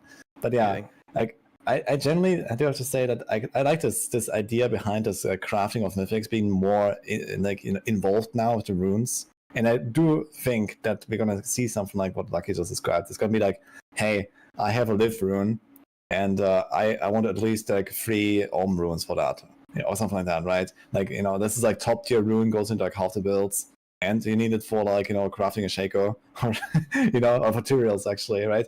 Like this thing is gonna be so much worth, right? Compared to like getting the other runes, and there's gonna be like this kind of like trading interaction with that. And I think that's really cool. I really like that. I think the main problem I have with the whole system is that I felt runes were kind of like too easy to get, like even like all the legendary ones. You blast the tremendous bosses, they will start dropping. And I had some copies of some of the legendary runes, even without really trying to get them, let's say, after some time. And I would like to see the runes just being like more rare, so that you are forced to do more kind of like just use what you got kind of thing, right? Like I would actually like to be forced to just like go all the way to turn 4 with just using the runes that I found, like whatever wacky stuff I can think of with the combo I got, like every once in a while I find a rune and like, maybe I can use that one now, and then I find another one, okay, maybe I switch to this. I would actually prefer that a lot more, and then like lower the cost of the crafting, because it needs like 6 copies of the same rune to craft one of the mythic items, and that definitely tells you that the rune drops are very plentiful, I guess, because else you would never even get to crafting one of these rings, right? So I would just like lower cost and lower rune drops, and then more kind of like wacky, progression stuff. I think this would be kind of fun. Yeah, the only thing that I remember is with the runes that I had way too many of. Was, I don't know, I got a multiple times whisper per day by maybe, have you this? Do you have this rune? Do you have this one? Can you give me this one? And like, maybe he was. I don't know what he was doing. Was he? He was DM everybody. Like, he was talking to people. I don't know what he was doing there. Different solar systems. Hey, you got that? Yeah, okay, maybe for chat to get like some idea about this, right? So maybe it was probably one of the guys who blasted the most in this early access thing. Like he went ham, like even more than like any of us here, I think. And he was like really. It was runes, not gold. Yeah, exactly. He was actually stuck with the runes for the crafting, and he actually asked everyone every day about, can you get me this rune? Can I get this rune? So they are kind of rare, but I felt like also it was not that hard to actually get like some of the legendary runes and then actually like use exactly the stuff that I wanted. Well, now we have more ways to get them with the Opal stuff now too, right? So like I think we'll have more access to being able to possibly get more runes. Yeah, and I kind of fear that we're just gonna get flooded with these runes, and then it's like, they don't really feel that amazing when they drop you. Okay, you pick it up, it goes into your inventory and whatever, and it's not gonna be like this. Like even when the legendary one drops, I guess it's gonna be like, oh yeah, I have 1, but I actually need 6, so like I'm gonna keep grinding like for another 10 hours until I have the other 5 or something like that, and then that's it. So it's like I would like to have this like more rare, much more like, oh man, heck yeah, I got it, let's go, I think so. I think for us, like as blasters, sure. I mean, because that's kind of the fun. The whole point is the chase, right? Chase for something rare. But like I guess for like, let's say you're trying to craft the one mythic unique that you kind of need, making them more rare, just kind of I won't say gate the casual player base, but a lot of builds right now do have multiple mythic uniques and generals that we ourselves write. So it's like we kind of put it out there. Hey, this is the end game mythic unique setup, and there's like 2 or 3 different mythic uniques on there. So it's like people want that, right? So I feel like the way that they drop now, while it might feel like a bit for us, I think it's just right for the average person playing, because obviously they're not going to get nearly as much as as much as we are, and then that also kind of helps them be able to kind of get into trading initially, right? Because it's like, well, if you never get a a legendary ruiner was really rare, then you're almost kind of out of the trading loop now. So like you'll never learn how to get into trading for something other than gold. So you kind of want them to be more engaged with stuff like this. So it kind of has to have a better drop rate. Otherwise, it's just going to be just for like the 1%, right? And that's not cool. The chase is fun. Don't get me wrong. I agree with that, but it's like I don't know if like keeping a large portion of the player base out of possibility of being able to craft maybe 2 mythic uniques all season would be a unfortunate thing. But like I said, crafting is now it's now with runes in mind now, so it's an important thing that has to kind of be more generous drop rate, in my opinion. Yeah. Well, he did say adjust it down so it doesn't cost 6 of each, right? But it still sounds like it would be like pretty hard. And the only way you can target your mythic now is with runes. You can't avoid the rune system and still do it. Otherwise, you just have to RNG it, randomly. Yeah, I think in general it seems like they made like getting mythics a little bit harder. But then they also have like this, like, okay, only 2 sparks, but you also need the runes. So like at least if you're going for that and you're trying to either grind out those runes or you're trying to trade for those runes, then yeah, you will get there and you will craft the mythic of your dreams. And I guess like in general, like I don't know, at least mostly from a Spiritborn perspective, I wasn't even like putting that many mythics into my builds necessarily anymore. And I guess that depends a bit on the class. But I kind of feel like there were like a lot of options now, and it's like, okay, it's fine to have like one, you just go for that one, maybe those 2, and if you want a Starless maybe, or if you don't want a Shaco, and okay, that's about it. And we don't have to like stack like 4 mythics in like every bot build or something necessarily, and I think that's fine. I don't know, I'm not so worried about rune income. I think a lot of bosses dropped them. Dark Citadel had 1 rune every boss. So if you run that with multiple characters or try to help people out, then you're probably going to get quite a lot of them. We didn't have access to the Opal. And I do think that if we are going to get our masterworks up compared to the review access, blasting them in Torment 4 is also going to increase the amount of income we get for the runes. I'm not really worried about it. I haven't really interacted with the rune crafting itself, like crafting the runes up, so I still have to do that, but I also never really felt like I had to do it to get the rune which I needed for my build, which I think is a very good thing to have. Although when I looked at the menu for the rune crafting, I was very confused, especially now that the little mouse over tooltip does not show you the required materials anymore. I looked at the menu, tried to make sense of it for a second. I was like, okay, I'll look at it later, and then I was like, okay, that's a little bit too complicated I hate that, somehow. man. It's Yeah, such I'm a not a bad fan. change. That makes no Why sense. was it done? I'm It's not a clear fan. looking, but if you're trying to get any information from it, then by the way, you have to right click. If anyone is wondering, like if you encounter this, if you right click, it does show you the amount that you need, but it's not the default option, which is strange. And there's no way to change it to the default option. Yeah, you can change between looking at the tooltip or looking at the cross, right? And Yeah, it's like, and then you can't why? see. It's like, holy dude. Yeah, and all of this confused me way too much, and I was like, yeah, well, I look into crafting the runes later, but then I was very happy that I never had to look into it, because I had access to all the glyphs, to all the runes that I needed for any build, and without trading with anyone. So that was at least comforting, so that I don't have to like go out of my way to get the rune combination that I need. Okay, do we have any other chat questions? I have a chat question, and it's for Yes. you, Chronix, by our friend Barricade. Hello, our friend. He wants to know Yes. if you think minions builds are going to be able to clear Pit 80. Easy question for you.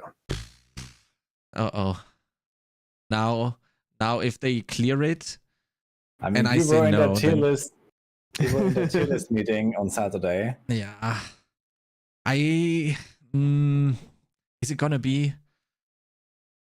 Yeah, it's gonna clear it. Yes, I think the cutoff for 80. He's gonna hold you to it. That's good. I'll check his build out later. I saw he's going with Necro later, so I'll check out what he's doing. Good stuff. Yeah, I'm looking forward to the Mendeln. We haven't been using Mendeln in ages, and when we were using it, it was completely crazy back then. So let's see how it goes, especially trying to make it proc off of our mercenaries. It's gonna be interesting. And the Spirit Wolves actually as well. I like the Spirit Wolves already. They have so much utility inbuilt with them. Leap, vulnerable, chill. They're amazing. And proc my Ring of Mendeln. Log in.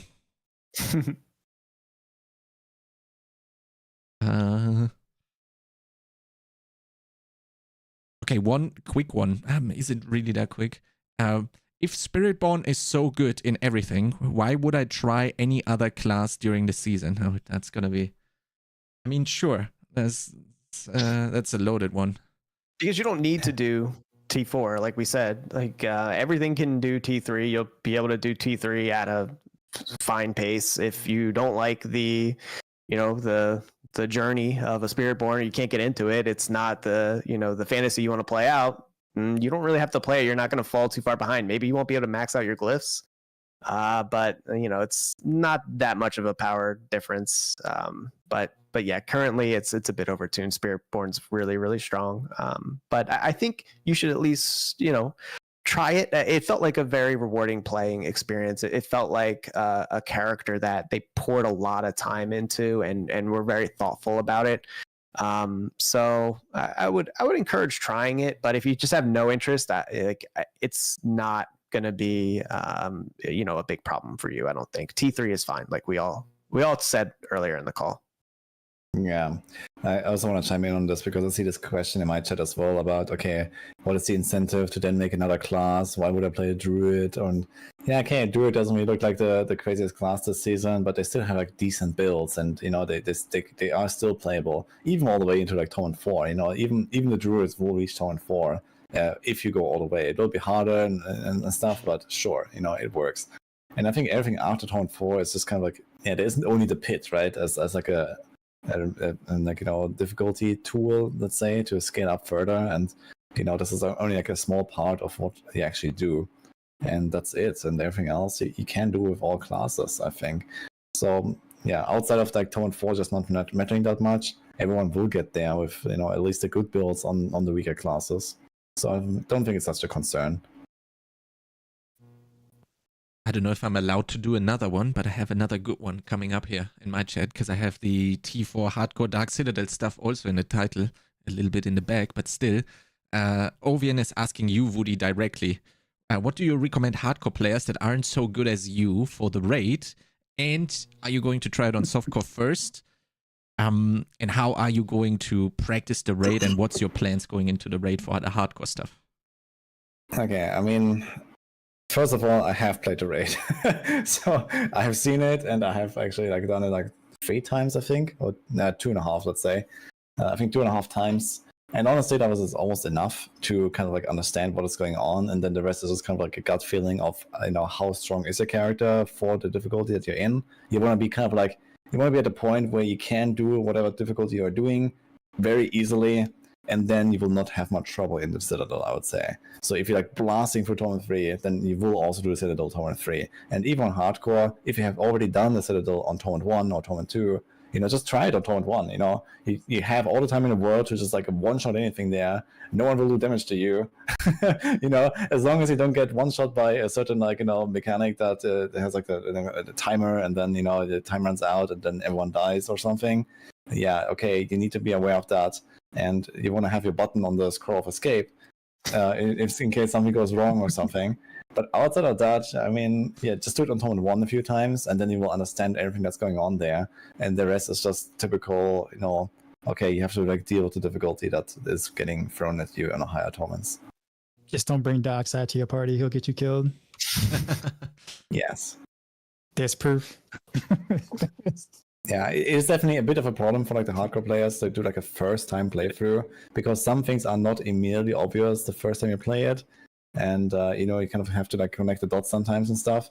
But then the second time around, you know it, and it's fine. It's just the first time, I don't know, maybe just watch one playthrough. I literally uploaded a run, right? Just watch that run, and you will understand what is going on. So, yeah.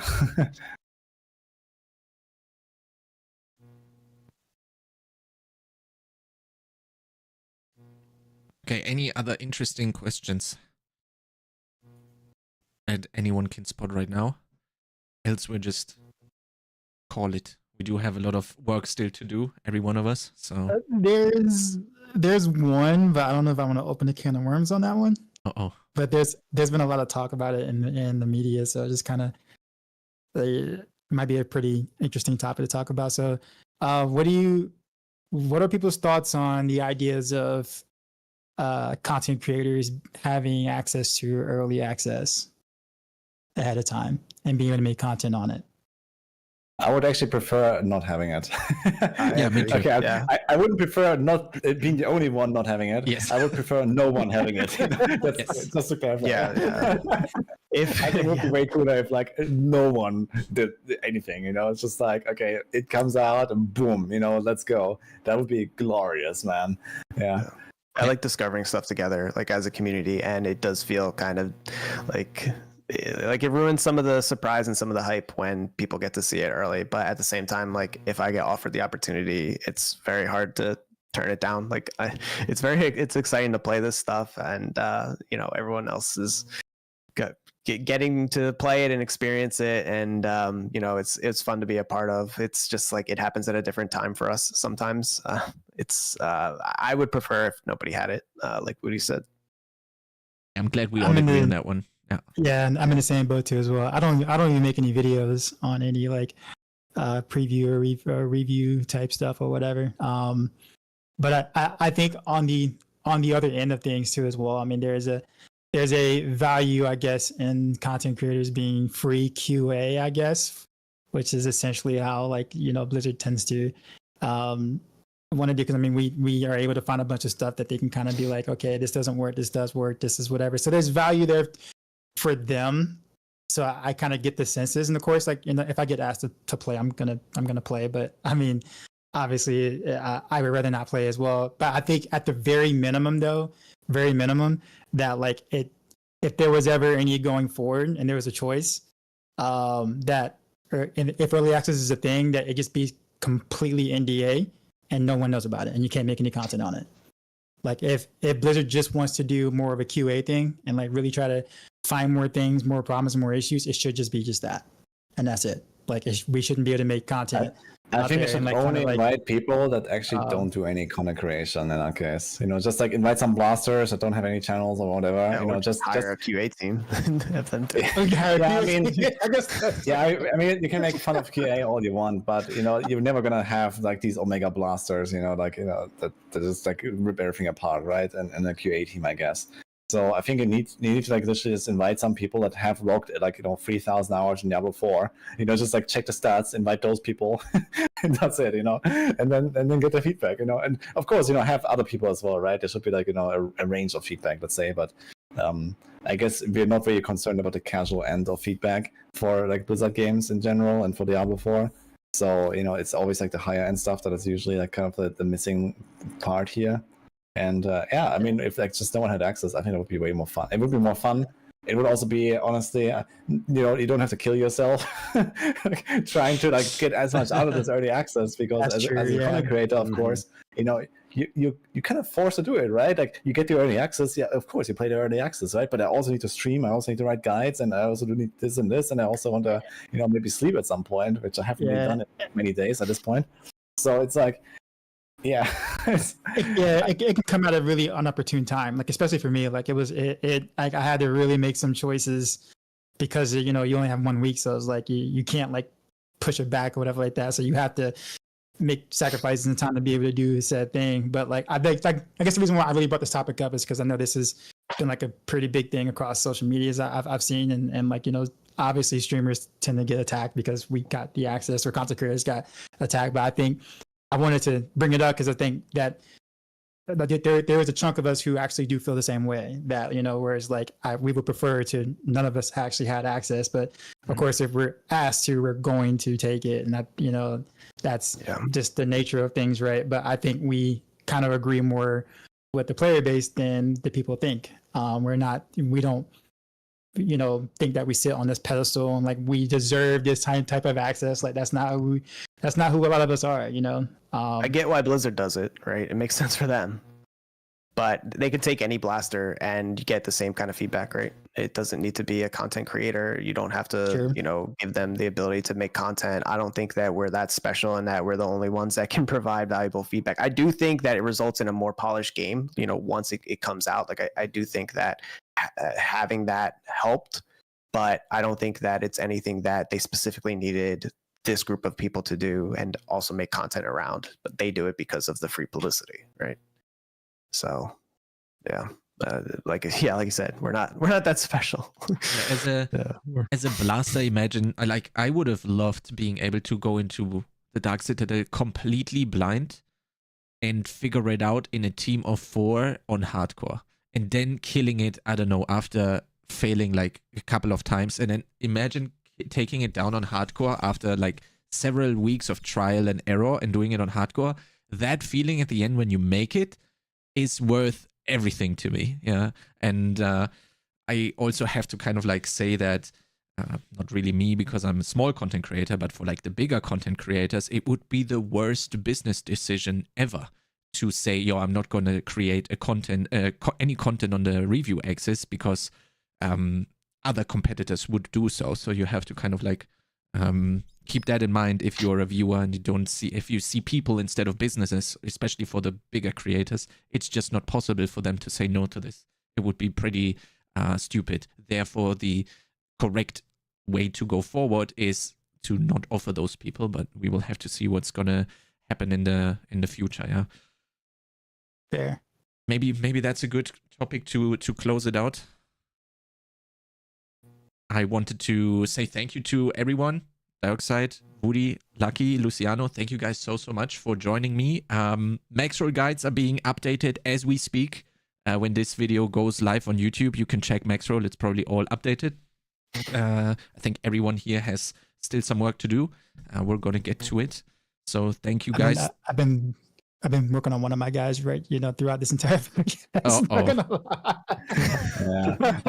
I got at least 17 pings during this podcast. Oh no. Okay, so we're gonna release everyone. Thank you guys again for sharing your precious time in this crunchy time with me and with the viewers. Thank you, the chats. Thank you guys. Yeah. Okay.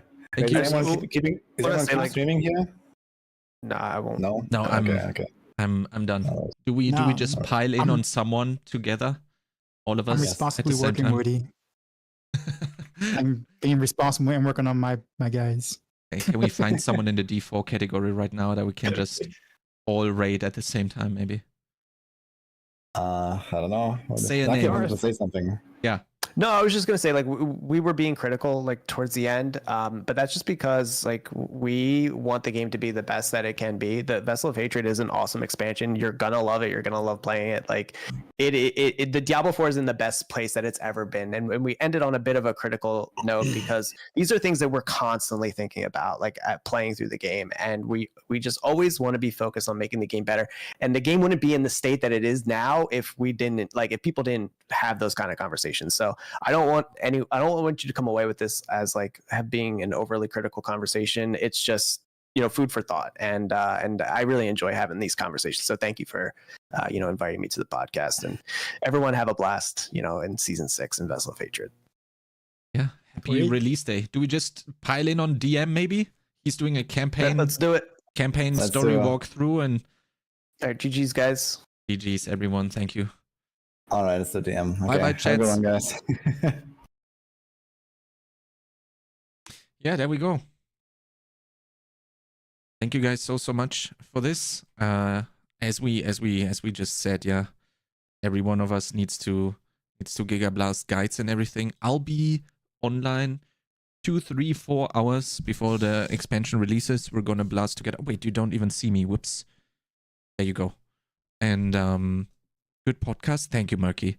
Thank you. I'll talk to you guys. I need to go. I talk to you guys tomorrow. I'm looking forward to this so much. Got a rewatch? Yeah, we'll upload it to the MAXROLL channel, Sora. You can have a look there. Thank you guys so much. I'll see you guys tomorrow. Thank you. Has been informative. Thank you, Ibon. I'll see you guys tomorrow. Have a great one. And I'm really looking forward to you guys finally get your hands on the expansion. I'm looking forward to it quite a lot. Thank you. Bye. Let's raid DM as well. /raid DM. There we go. I'll see you over there. Bye-bye, everyone.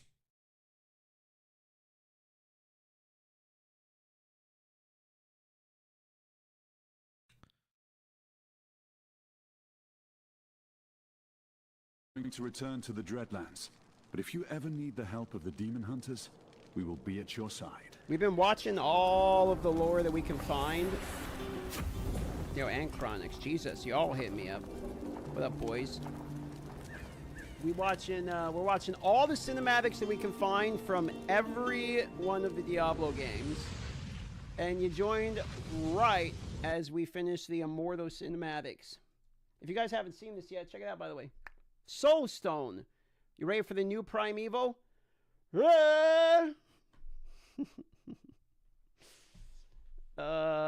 So basically the lore, as far as I can tell, it goes